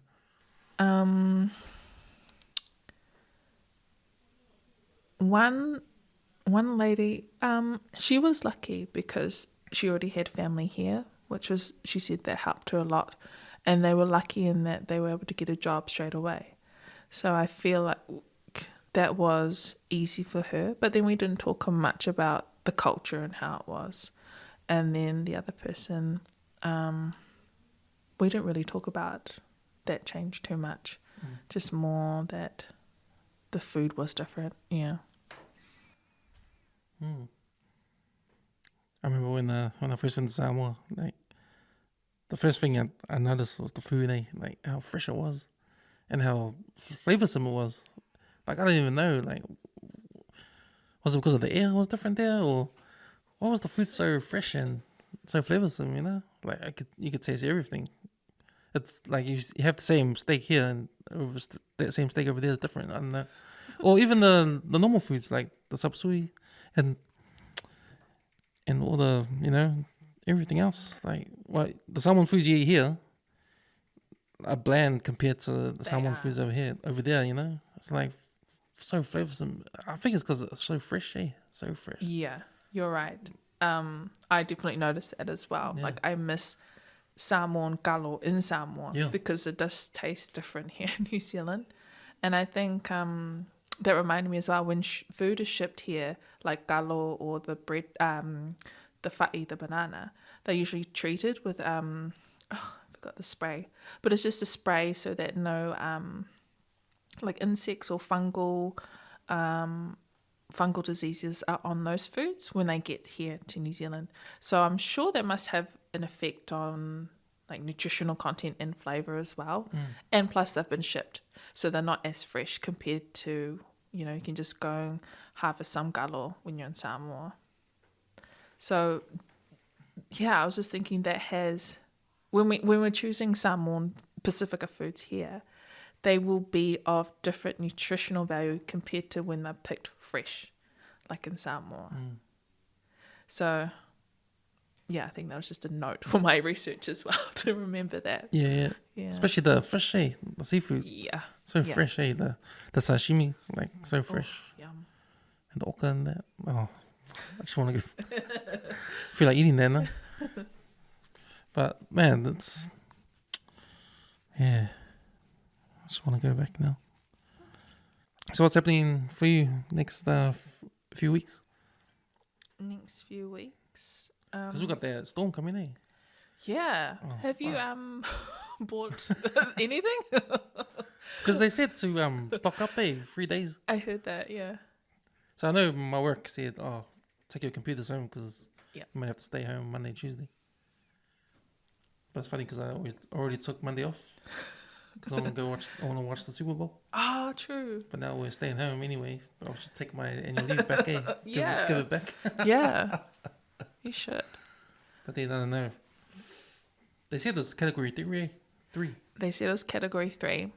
But I feel like when it's travelling down to us, don't they usually kind of go down in their categories when they're travelling a distance? I think so, isn't it? The further they go, the less strong it gets. Yeah. So I'm kind of hoping for that. But we did buy some food for the animals this morning because I heard on the radio as well that we had to get stock up. And so I'm thinking of buying some butane gas for we have like a camping cooker. Yeah. So that if our power goes off, then I can just cook with that. Yeah. Because we live in a rural area and the power goes off quite often. So Oh, right. if Yeah. it's going to be windy, the power's must be going to go off. Was it going off during the flood? That Luckily, day? no. But some of the other storms it has. Right. Because I know, I think it was to the rain. They had power cuts and no water even. Yeah, it was really bad. Yeah. It's funny because the whole problem with that first flood, because Auckland was too slow to react in terms of like the warnings and all that. The Wayne Brown got in trouble for being slow. So now he's like going hard, like, gotta stock up 3 days. And everyone's getting like, oh shit. That's what I think. Hey, he's like, I stuffed it up the first time, so now we're gonna exaggerate everything and just over prepare. Yeah. So that's why I'm kind of like, I don't know if it's gonna happen. But because my mum's in Kumeu, and she got flooded really bad in the 2 years. Was it 2 years ago? No, a year ago. Yeah. In those floods. They didn't do anything about it. Like they didn't fix And any. they didn't do anything. And the drains were blocked and everything. So then when we heard of this recent flood, we kind of knew what to expect. So it wasn't as traumatic, but a lot of our paddocks were flooded, and we had a lot of our stuff in our garage was flood damaged. But it was a lot worse than the floods a year ago. And again, like when we're driving around Kumeu and going out, like Helensville ways, nothing's been done. They're just replacing what they had done, what they did last time, what the floodwaters had done last time. It's just so frustrating. Yeah. It's funny because I don't know if you listen to other podcasts, into the clip, but we're talking about how in the Bible with Noah's Ark, Yeah. that whole story about Noah's Ark, like be prepared for the coming storm, no matter what it is. It might not come or anything, but just be prepared. You know, he built that big ark. You know, no one believed anything was going to happen, but when it did happen, he was safe because he was in the ark. But that was all about being prepared. Like you don't know if it's going to come. Just make sure. And then if it doesn't come, well then, At least you know. yeah. Yeah. Should be prepared. But then all that water, like obviously our drainage is not big enough. Like the big I think the big upgrade will be to get all those underground pipes, and if they're like 500 wide, make them a meter wide, or if they're a meter wide, make them 2 meters wide. You know, that's a big massive job. It is. Yeah, I was just thinking like in some of the areas, like further out west, the water was still like sitting in paddocks, like at least a week after the floods. So it kind of shows, you know, there's something really wrong with the drainage around there. And even with some of the drains, they've just got so much rubbish in them. But the council doesn't come around and clean them out. So it's kind of like, yeah, something does need to be done. Oh, and then I heard someone made a point about how new housing development, like Hobsonville, they didn't get flooded, but a lot of the older areas did because bad drainage. So they probably have upgraded when they build new subdivisions, the drainage has to be a certain size, and they're probably bigger than what they were before. Yeah. 300 mils they said was going to drop this weekend, and I think that's more than what happened that Friday. Really? Yeah, I think Friday was like 250. 250 mils of water. And this one's going to be 300 plus. I really hope not. I don't know. I just feel like it's not going to happen. A lot of people think that. Even my work. Drowning, I'm swimming home or something. Because when the emergency thing came on, my work just jumped into gear and said, okay, everybody take your computers home because you might stay home Monday and Tuesday. But then people, nah, it's not going to happen. Nah, nothing's going to happen. Because all that water stuff, man, I don't understand it. Because it's like a boy who cried wolf, eh? Yeah. They say it's going to happen, but it doesn't happen. Then if they say it doesn't happen, it happens. You know? So, Noah's Ark makes sense. Be prepared no matter what. Yeah. I'm going to do a big shop tomorrow, I think. Yeah. Yeah. Just get what I need for a couple of days. And then I'm prepared.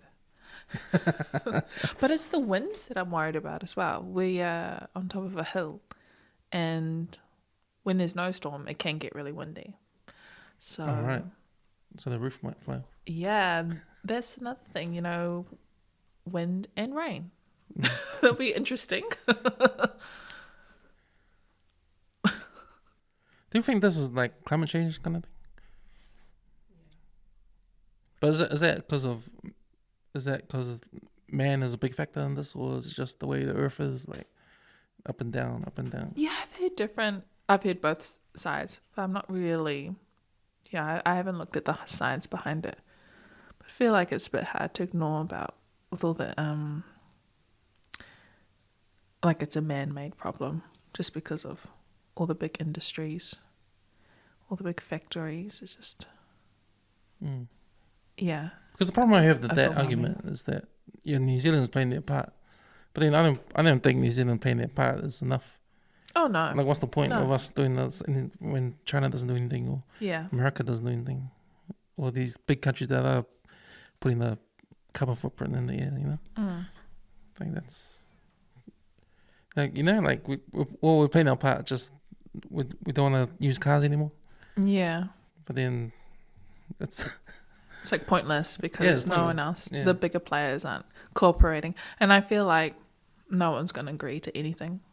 no. It doesn't look like anyone's going to agree to anything. So, yeah. So I think all this, like, I don't get too involved with like the different narratives and all that with the climate change. It's like, oh, you're a climate change guy, and oh, blah blah blah. But I don't even know what the answer is. See, I don't even know if man is doing it, helping it along, or if they are. But to me, it's like, well, what is the solution? Because right now I see the solution is not. That's not the solution. Exactly. Yeah. So Yeah, definitely something is not right. yeah. You can just tell by the number of weather events that we're having. I was thinking as well the other day, I'm doing waka ama training, and we're paddling out like near Mission Bay. There's a club there, and the water was so warm there, and it's never usually that warm. It was just really strange. Yeah, so things like that you definitely notice around your environment. They're not how they should be. Because you know how every Christmas now it's been raining, eh? Yeah. Like last 5-6 years, it has been raining. It's been bad weather. It hasn't been. Because I remember the first thing was summer didn't come until like February, and now it's like rain, and when February it's raining still. We never had that before, eh? Yeah. And it's almost like we got a tropical weather now, eh? In New Zealand, like we're gonna have a wet season and a dry season, but with the hot and cold of the winter and the summer, That's so true. Because I remember, I think it was the floods that we had. There were some days where it was just so humid, almost like a cold day in Samoa, that type of humidity. And I've never experienced that in New Zealand ever, only in Samoa. So, yeah, it's definitely, things are different. Even though, because our winters haven't been that cold now, eh? No. I remember when they were freezing, and I can tell when you walk out into the car and it's frosted. Now it hasn't been frosted that much, like maybe once, but I remember it was being frosted like a whole month all the time. I know this because I always come out with the jug of water, pour it over the car. Now how do you do that now? Because it's not frosted. So it is changing now. The temperature is changing. You talked about, or did you say that there something about solutions for climate change? Yeah, I don't know what they are. Yeah. I mean, I don't believe this. What we're doing as a country is the solution. I mean, yeah, sure, it's a solution if everybody in the world does it, but everyone in the world is not doing that. No way. So what are we trying to do? Give an example to the rest of the world that doesn't care about New Zealand? See, the way I see it, like, you're going to have the people to talk about climate change like it's like man-made, and it's those rich countries, it's the people polluting, it's the rich people polluting. Like that, to me, that's just sort of like an excuse to go against those people. Like, it's always been about like people that are oppressed, and speaking up to the people that are not, sort of thing. I think that's more the story than climate change itself. Like, I reckon, you know what I mean? I reckon it's not like, I don't think it's based on fact. It's based on, it's the best story. It's a story. Because that's all you hear. You don't hear any counter arguments. You don't even hear any evidence. Like, I don't even know what the evidence is. I don't know where to find the evidence. And that's the problem, because you don't know where to find the truth. See, I want to know if man is causing or helping climate change along. Like, that's a simple, for me, that's a simple question to be answered. Like, where do I go to find the answer? Like, if I go to one place, they're gonna tell me, yeah, it's not man. If I go to another place, no, it is man. So who's right? So I don't know. So I just... Yeah, there must be research on that. There must be. But I think like all research must maybe conflicting. I don't know. But then when you're talking about how New Zealand was setting an example for other countries, but it kind of feels pointless because the bigger countries aren't doing their part. But then what do? You just kind of feel helpless. Do you just kind of watch it all burn, wash away, sail away? And I get it. Like, some islands are sinking right now. Some islands, like, there won't be an island in the next 50 years or something like that. They'll be totally underwater. So you feel for them. But see, that's the thing. It's easy to blame.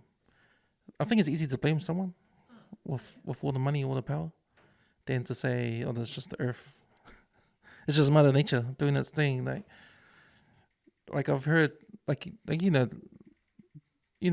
history of the earth. Like, millions of years before humans came, Earth was like cold, and then hot, and cold, and had its ups and downs. Like, humans couldn't live in Earth's environment for 60% of his whole life or something like that. Like, maybe we're coming to a time where Earth's going into like another ice age or something like that. Like, see, ice age, man didn't make ice age. Yeah, and see, dinosaurs are a good example too, because when dinosaurs roamed the earth, it's like, okay, that's a living being, right? Live animals, whatever. And then they just got wiped out. If they were humans, we will go wiped out too. Whatever happened with the meteor or the carbon dioxide or whatever. What was the other one? It was the meteor or the change in the environment. Was the volcanoes, I think. Every volcano on Earth exploded. Carbon dioxide just killed everyone. Like, see that? That sounds scary. Yeah, that sounds scary. Yeah. But see, they're not man-made stuff. That's just Earth doing its thing. So there is evidence for that. So now, is it Earth doing its thing, or is it man? Is it man-made? I don't know what the answer is, and I'm not gonna pick a side because I don't know what the answer is. But it's sad either way. Yeah, it's sad either way. Yeah. But I believe in science. I believe in science. But how do you find the right science? Is that the problem now? Is that the problem now? Finding the right science that's not political? It's hard, isn't it? Because to an extent, science is political in a way. Because it depends who you're funded by to do the research, And then you also have the researchers who may be biased as well. And then you have the way you conduct research. You can do it so many ways. One way may be more accurate than another. So it's hard sometimes to understand what is the right science. But I think generally if you see a lot of research coming out that is of one opinion, then that kind of gives you confidence that there may be the right type of science. Yeah. But And it's from different places. So. Yeah. Mm. And it depends what you're looking at as well. Because, you know, if you doing your PhD and doing your thesis and you are a Samoan scientist, being a scientist, how important is that for you now? Like, being a scientist, like, is it changed from when you first called yourself Samoan Scientist? Is that area of expertise still a passion for you? You going through the thesis stuff and learning the learning part of it, or I'm trying to separate the scientist part of the learning part, like the end game for you, being a scientist in the field of whatever you want to do. I think my thought of being a scientist has shifted compared to when we first met 2 years ago compared to now. So I often thought that like my life is my studies. So my life and who I'm defined as is what I do. So I'm a scientist, right? I'm the Samoan scientist, and that's who I am, and that's it. But I think after COVID, when I was going through all the academic hurdles of trying to get into the PhD, and I didn't have that kind of status of Samoan scientist and getting to a PhD, then I kind of thought, so who am I if I'm not my work, if I'm not a scientist? And I think that was a hard time as well because I had to see what other things I enjoyed. And that was hard because there weren't many other things that I liked. And I couldn't really separate what I do and what I kind of like enjoy to me, Amy, like what I like to do as Amy.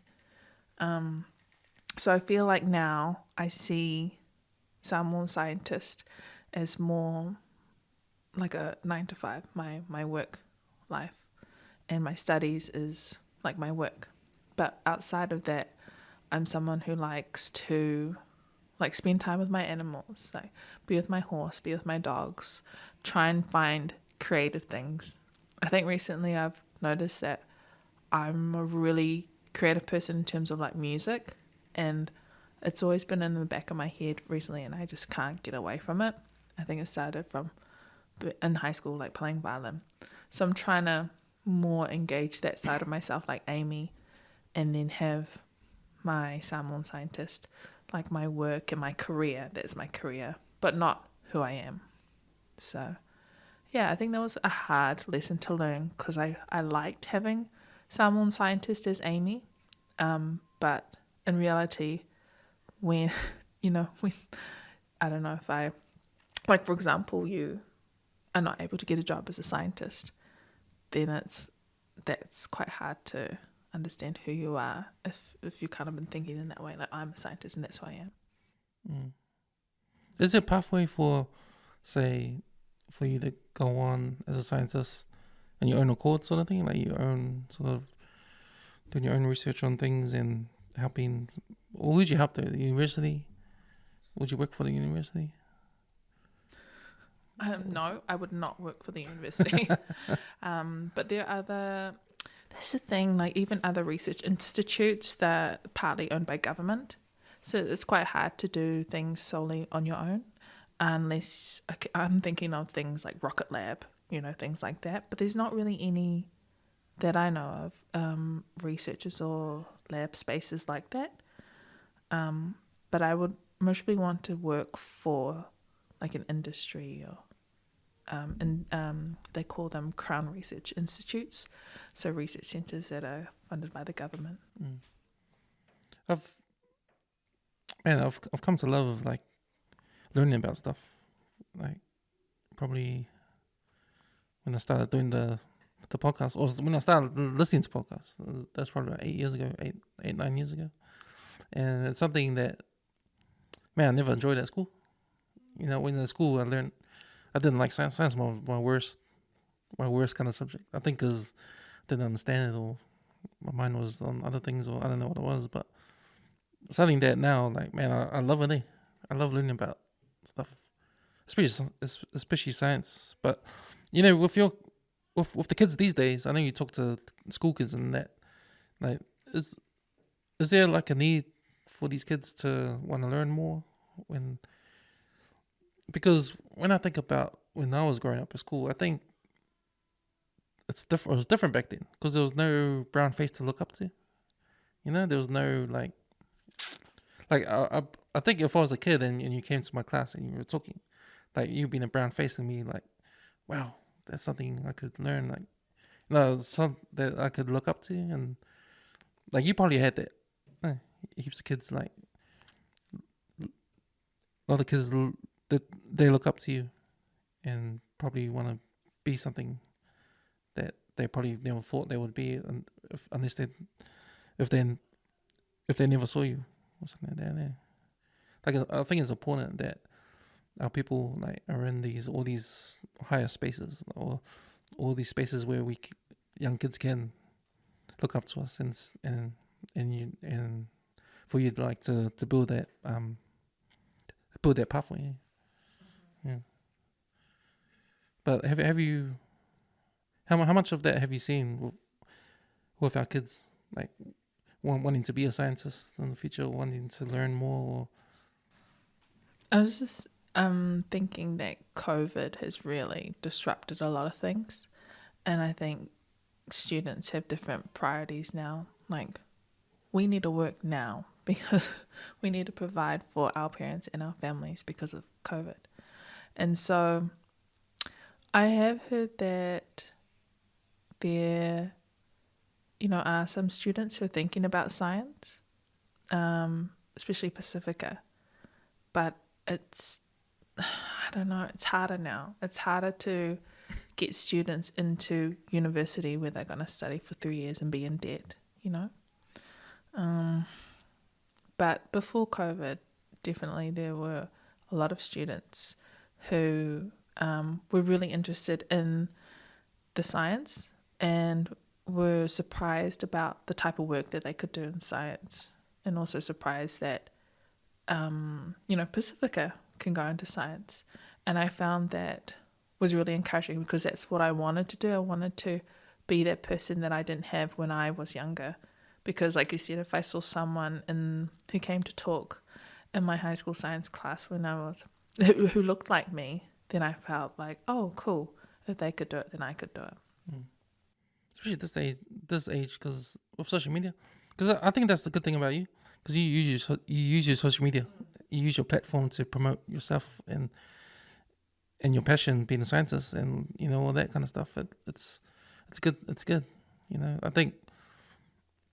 I think that's the way forward because you talked about how COVID has made us step back, to rethink our priorities and that. So I think that, you're right. There should be like something to push these kids ahead again. And I think social media is a good way of doing it. I think that's the difference now with podcasts, social media, just getting out there. Because otherwise you won't get anywhere. Like you won't. I think most of the kids, they won't see anything if it wasn't for social media, especially TikTok. Everyone's on TikTok. And there's a lot of learning coming from TikTok too. Like you can learn how to do anything now on TikTok. Yeah. I search a lot of air fryer recipes on TikTok. I think it was like, there was some weird thing that I cooked in the air fryer. Oh, it was like tofu. What? Yeah, you can cook tofu in the air fryer, and it came out and it was kind of like, it was all right, but it was really dry. Yeah. But yeah, I love TikTok. But I was just thinking, like, as in science, we have a thing called science communication. So it's basically being able to talk about our research so everyone can understand it. And that's becoming more common for us as researchers because they want us to share our work with everyone. And so it's really important to have those social media skills and understand how to talk to media, because you're right, that's how we get our research out there. And also it gives us feedback for our researchers. Some people are like, what the hell are you doing? This is stupid. You kind of reassess yourself and think, okay, this is not what the people want. maybe we should do something different. So in that space, well, are you gonna still pump some content out in that? Yeah, I've been posting a couple on TikTok. I'm trying to, because TikTok's different. Like, I'm still new to TikTok. I'm trying to see what people like best. So, like, there's like trends you can do, right? Dance trends, things like that. I'm not good at dancing. So, I'm best like just to talk in front of the camera. So, I've been trying that, and that seems to work. TikTok comes around with TikTok has come about because of the short attention span Yeah. on people. Like, you gotta really capture them in the first 10 seconds of your scroll. Yeah, that's so true. And I find that I've come to learn that when I do my previews on TikTok. Like, you gotta find the first few words that are like they'll make you stay there, you know. But it's interesting, when you learn all that kind of stuff. Like, I just learned the other day, like, if someone stays on the video on TikTok for the full 3 minutes, then TikTok will know you like that video and it'll send you more of those kind of videos. Yeah. That kind of thing. But Is it on your For You page? oh, no, on TikTok in general. Oh. If you stay on the video for the full 3 minutes. Oh. Yeah, any video. If you stay on any video for 2 minutes or 3 minutes, then TikTok will know you like that video. But sometimes I gotta like wash my hands or like go and get stuff out of the oven, and so it just plays on repeat. Yeah. Like, I can't change it. Oh yeah. So you're gonna get those same videos anyway.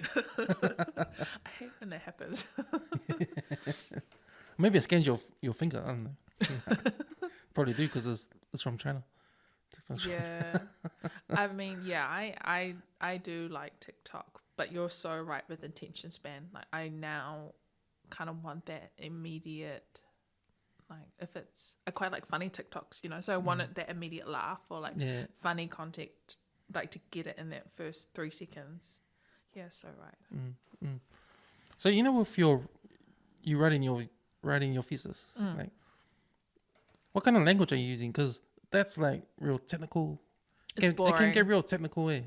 It's boring language. Like how do you like give it some of your personal flavor? Are you allowed to even do that?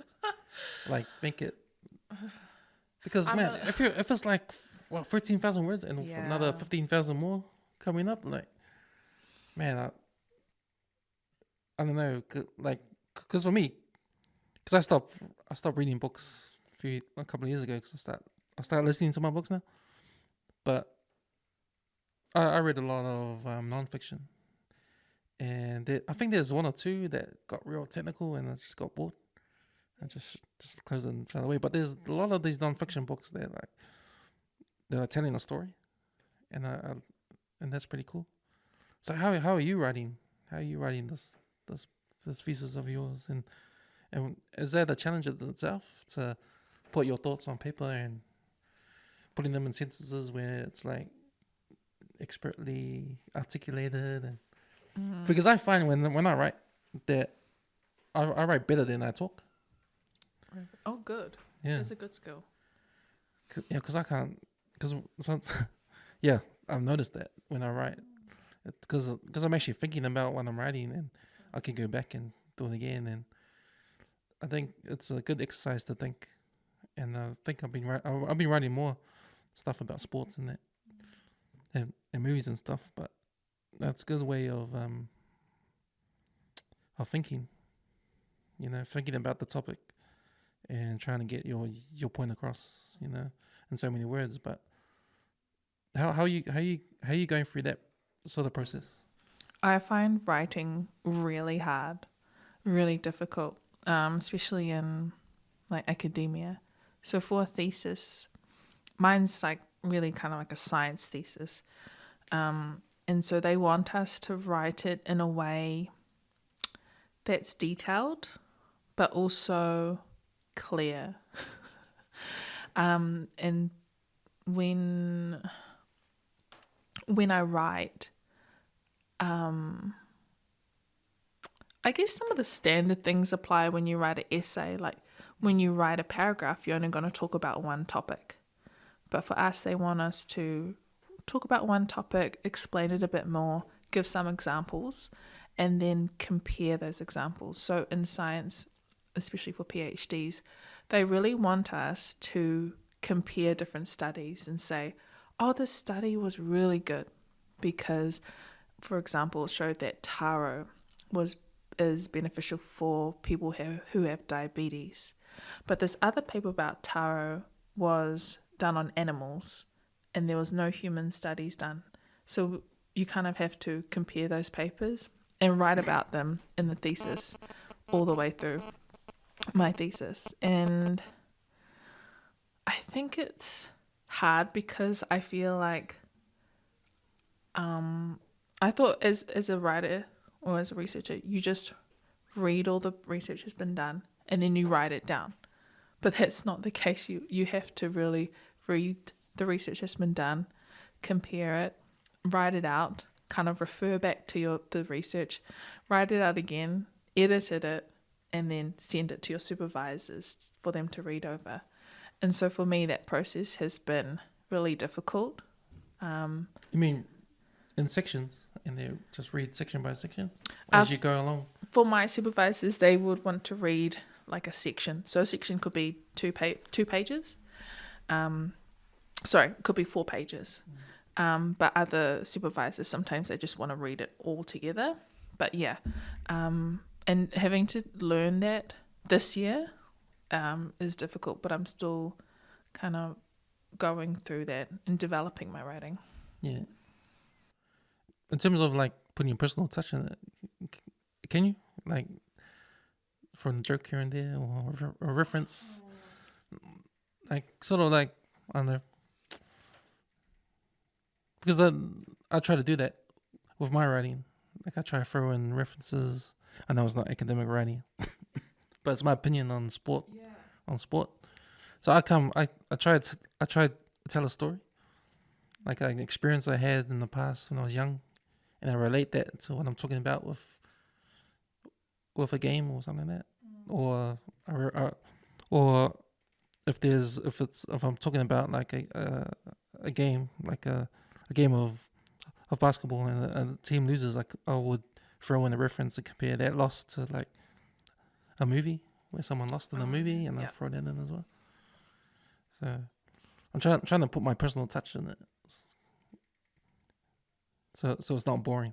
And I think when we talked about the TikTok thing, like my thing when I start writing is that the first sentence has to like shock you or start off with a bang sort of thing, and then the rest of it is trying to make you stay reading. Yeah, so it's been, and I think for me that's my challenge, like to make the reader stay reading, like don't make it. I know it's only because and I figured just write 500 words because that's 1 page, and I think that talks to the short attention span people have as well. Like if they see a whole novel of writing, they're not gonna read it, especially on social media. So if I just 500 words and have my paragraphs like that, and headings each paragraph, then it'll be easier for people to read. And I think, like you said, telling a story, because that's really important. People enjoy reading stories, and I feel as Pacifica, we are storytellers, and so I mean, it's a big skill to have, and I kind of strive to have that type of skill. And we're told as well to kind of write our thesis like a story, but it's not really a story. It's more academic. Well, not a story in the Pacifica sense, maybe a Western sense, but I remember some of the books I read, like some non-fiction books, that starts off with the author's experience and why he came around telling why he got interested in that topic, what the book's about. Starts off like that. I think that's a good way. But with academic thesis, are you allowed to even do that? Are you allowed to? Yeah. For me, I'm going to include that. It's called positionality.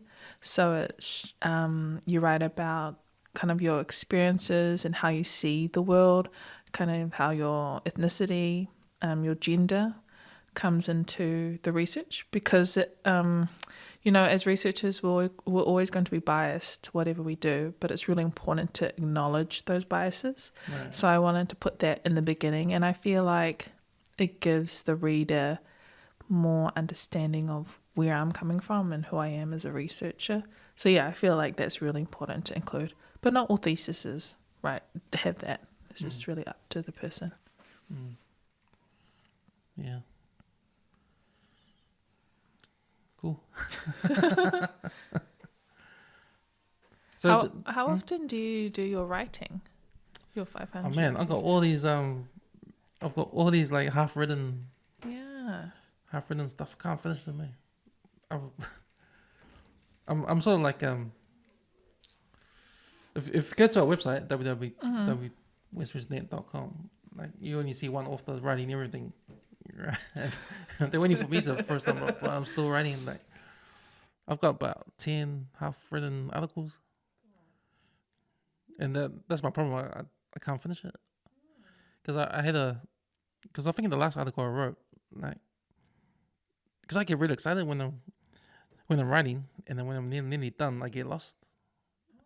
And then I know you got to end with a conclusion, but it's not like I'm lost. It's just like I somehow I get distracted and I won't go back to ages.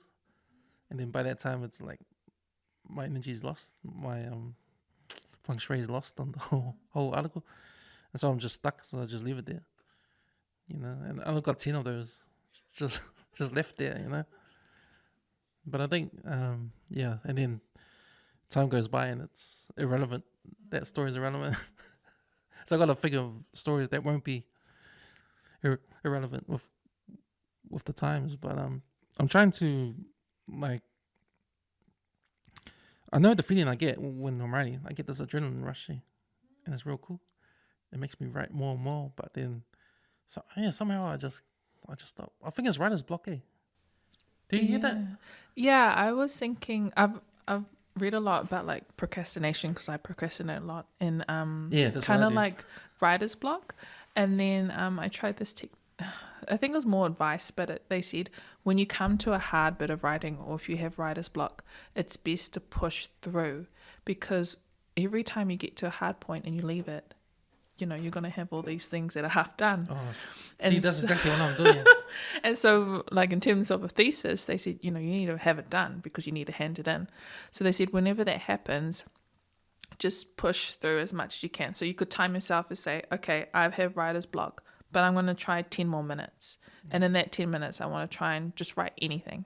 And so I found that worked a lot for me. I just kind of trained myself to do it like, I don't feel like doing this today. But then I'll push myself to do, okay, I'll just start off 5 minutes. And then I'll notice like 40 minutes has gone by.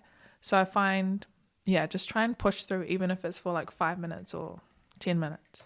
That really helps to start off with. And then, you kind of get used to those hard situations and they don't become so hard anymore. Yeah. Because the technique I've heard was that when you come to a writer's block situation, was, to push through. But also in the beginning, just whatever's in your head, just write it. Just write it, and then just write it. So you got 2 pages of stuff, and then go back and clarify everything and make it better, and go back.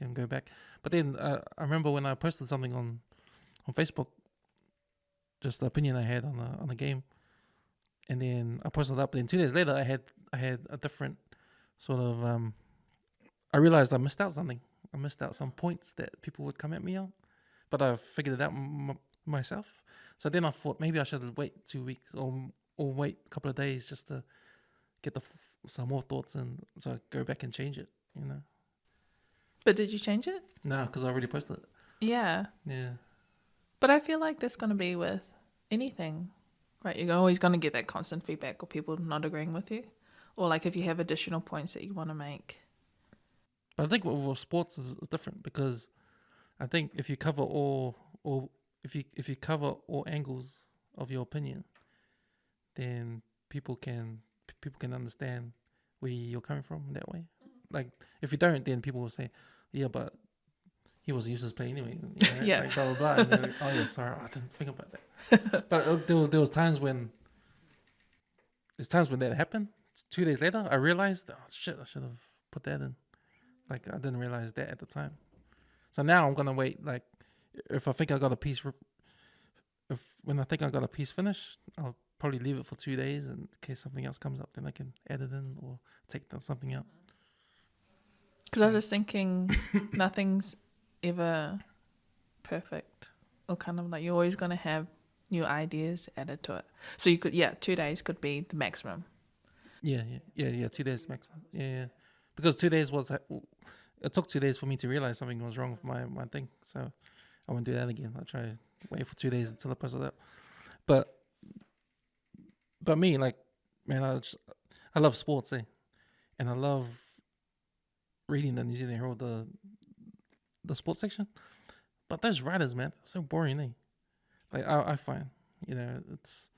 But I like reading the American stuff. So I've sort of taken a page from them, how they write. Like they always add their personality into their sporting opinions and that, and I find that really cool. Like there's this one African American sports writer from Chicago. His name's Scoop Jackson. Like he writes like he talks, and he writes like an African American. He's got all the slang, and Cool. But he works for ESPN. He's writing columns and he's writing his opinions about sport and that. But it's so cool. Like I was thinking, man, I wish there were like Islanders that wrote like that on the Herald. Yeah. That'd be a first. That we could understand. Yeah. Like our personality coming through, because we love sports, man. And like when I'm thinking about that, when I think, man, there's nothing in the Herald. There's nothing in the Herald like that. So maybe if I could train myself to write like that, to write about stuff I'm interested in with sport, and write in the way where I'll put my experiences, my life experiences, my jokes, my culture in it, then and write it in a way where it just goes with whatever I'm writing about, the All Blacks or Auckland Blues or cricket or whatever it is, NRL. Like, yeah, I think if I keep doing that, keep writing, put them out on the website, and just practice, because all it is just practice for me. Because I've been posting on Facebook my sporting opinions as practice. It's just practice. I'm just practicing writing when I do that. But then I had this fear of thinking what other people might think of my opinion, and that's like it gives me anxiety. Yeah. But I've learned to push through that. Like, who cares? Just put it out there. Because I think that's a big deal with writing too, and putting things out there. Because it's an intimate hard copy of what you're thinking and what you're feeling about a topic. And sometimes that's so. Sometimes that can be so personal that you're afraid what other people would say about it and stuff like that. So, but I think like, nah, you just gotta put it out there. Eh? And have you had any negative comments? Not really, not negative comments, but I've had comments come back like didn't agree with what I said, But that's not a negative comment. But I think it's just part of the having a conversation. But even that would scare people, I think. Yeah. Just having feedback like that, any sort of feedback, yeah. Some feedback that agrees with you, feedback that people don't agree with you. I think that scares a lot of people, and I think I'm trying to get around that. Good, because that's really hard. Like, that's a fear of mine as well, caring what people think and kind of doing things differently to what people expect. But I feel like writing in our way with our jokes, like I've never seen that before. Yeah, especially with sports, so that'd be really cool. And movies too. So I was trying to develop the style, right? Yeah, to put all that stuff in and referencing stuff that I'm experienced with that other Islanders will be experienced. Because I grew up with Islanders and that, like all my friends from school, and our experiences are sort of like the same. So just putting those things in there that would relate to me and my friends, or even people in South Auckland, or, you know. Yeah. Just it's just one of those things there. Like we all watch the same movies. Sorry. Like we all, you know, listen to the same music. We all go to church. We all do the same, sort of like the same things. There's same, anything to do with our culture, growing up here in New Zealand, going to school here and stuff like that. Like it's different, eh? With all our families, our cousins. You know, like all those little experiences. If I add them into my writing, you know, in a way where it sort of relates to what I'm talking about, I think that's something different. Eh? And I feel like having your lived experience is so valuable, because when you write, you know what you're writing about and it's genuine.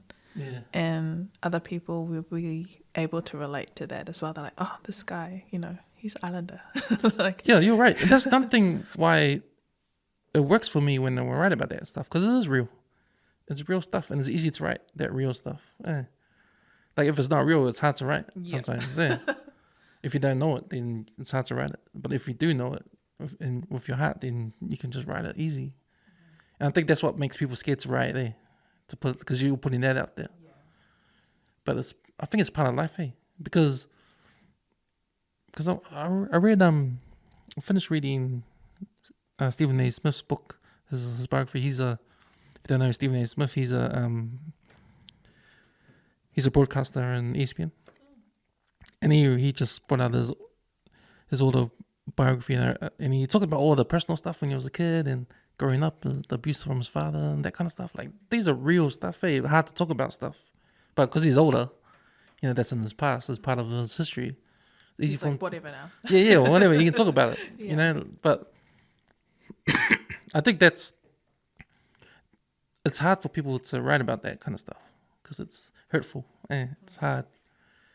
And they don't want anyone else to know, you know. But I don't know how you get, it's sort of allowing yourself to have that opportunity to tell those kind of stories, because those are real stories. That's your life. There's nothing to be ashamed of. It's what, you know, people probably go through the same thing, you know. And then there's another thing.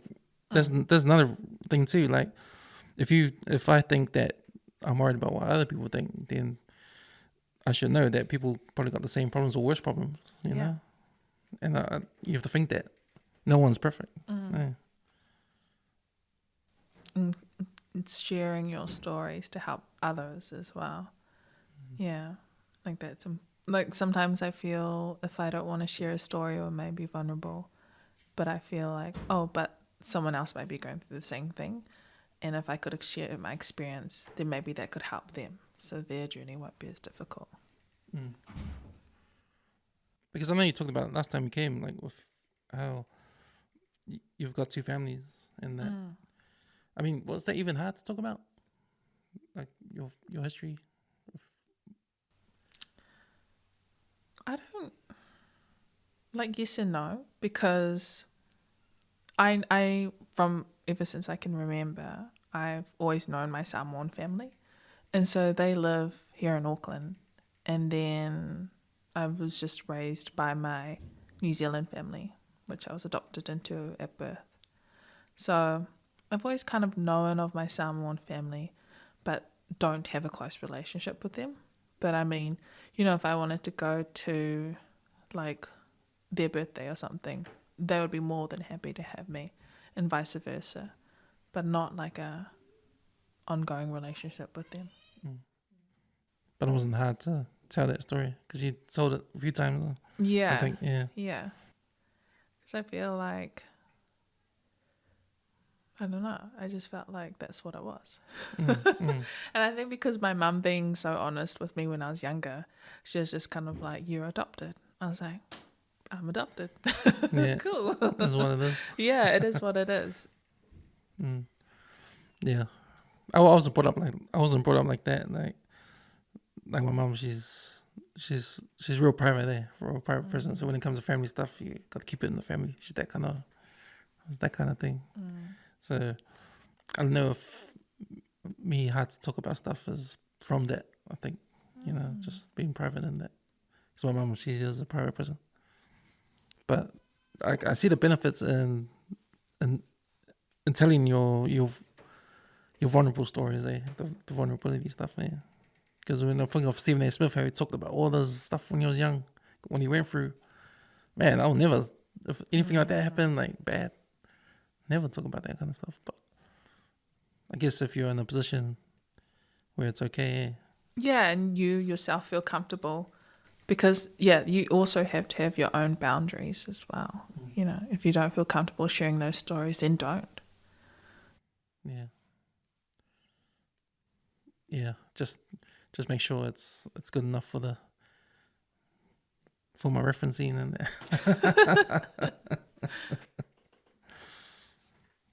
Oh, cool, Amy. Cool. Thanks for coming back on 135. Thank you for having me. So you're back at uni next week, or? Yeah, I've been So how does it work? Do you go for classes or not, or you just go for? I don't have any classes, so basically, I treat it like a job. So I try and work. Use their resources and. Yeah, and then I usually do like 6 hours a day, studies. Yeah, researching. Oh, nice.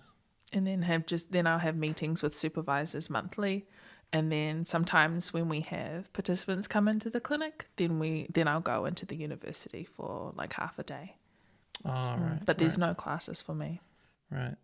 If there's any lectures that's got to do with writing about the youth, did they just notify you when you just go?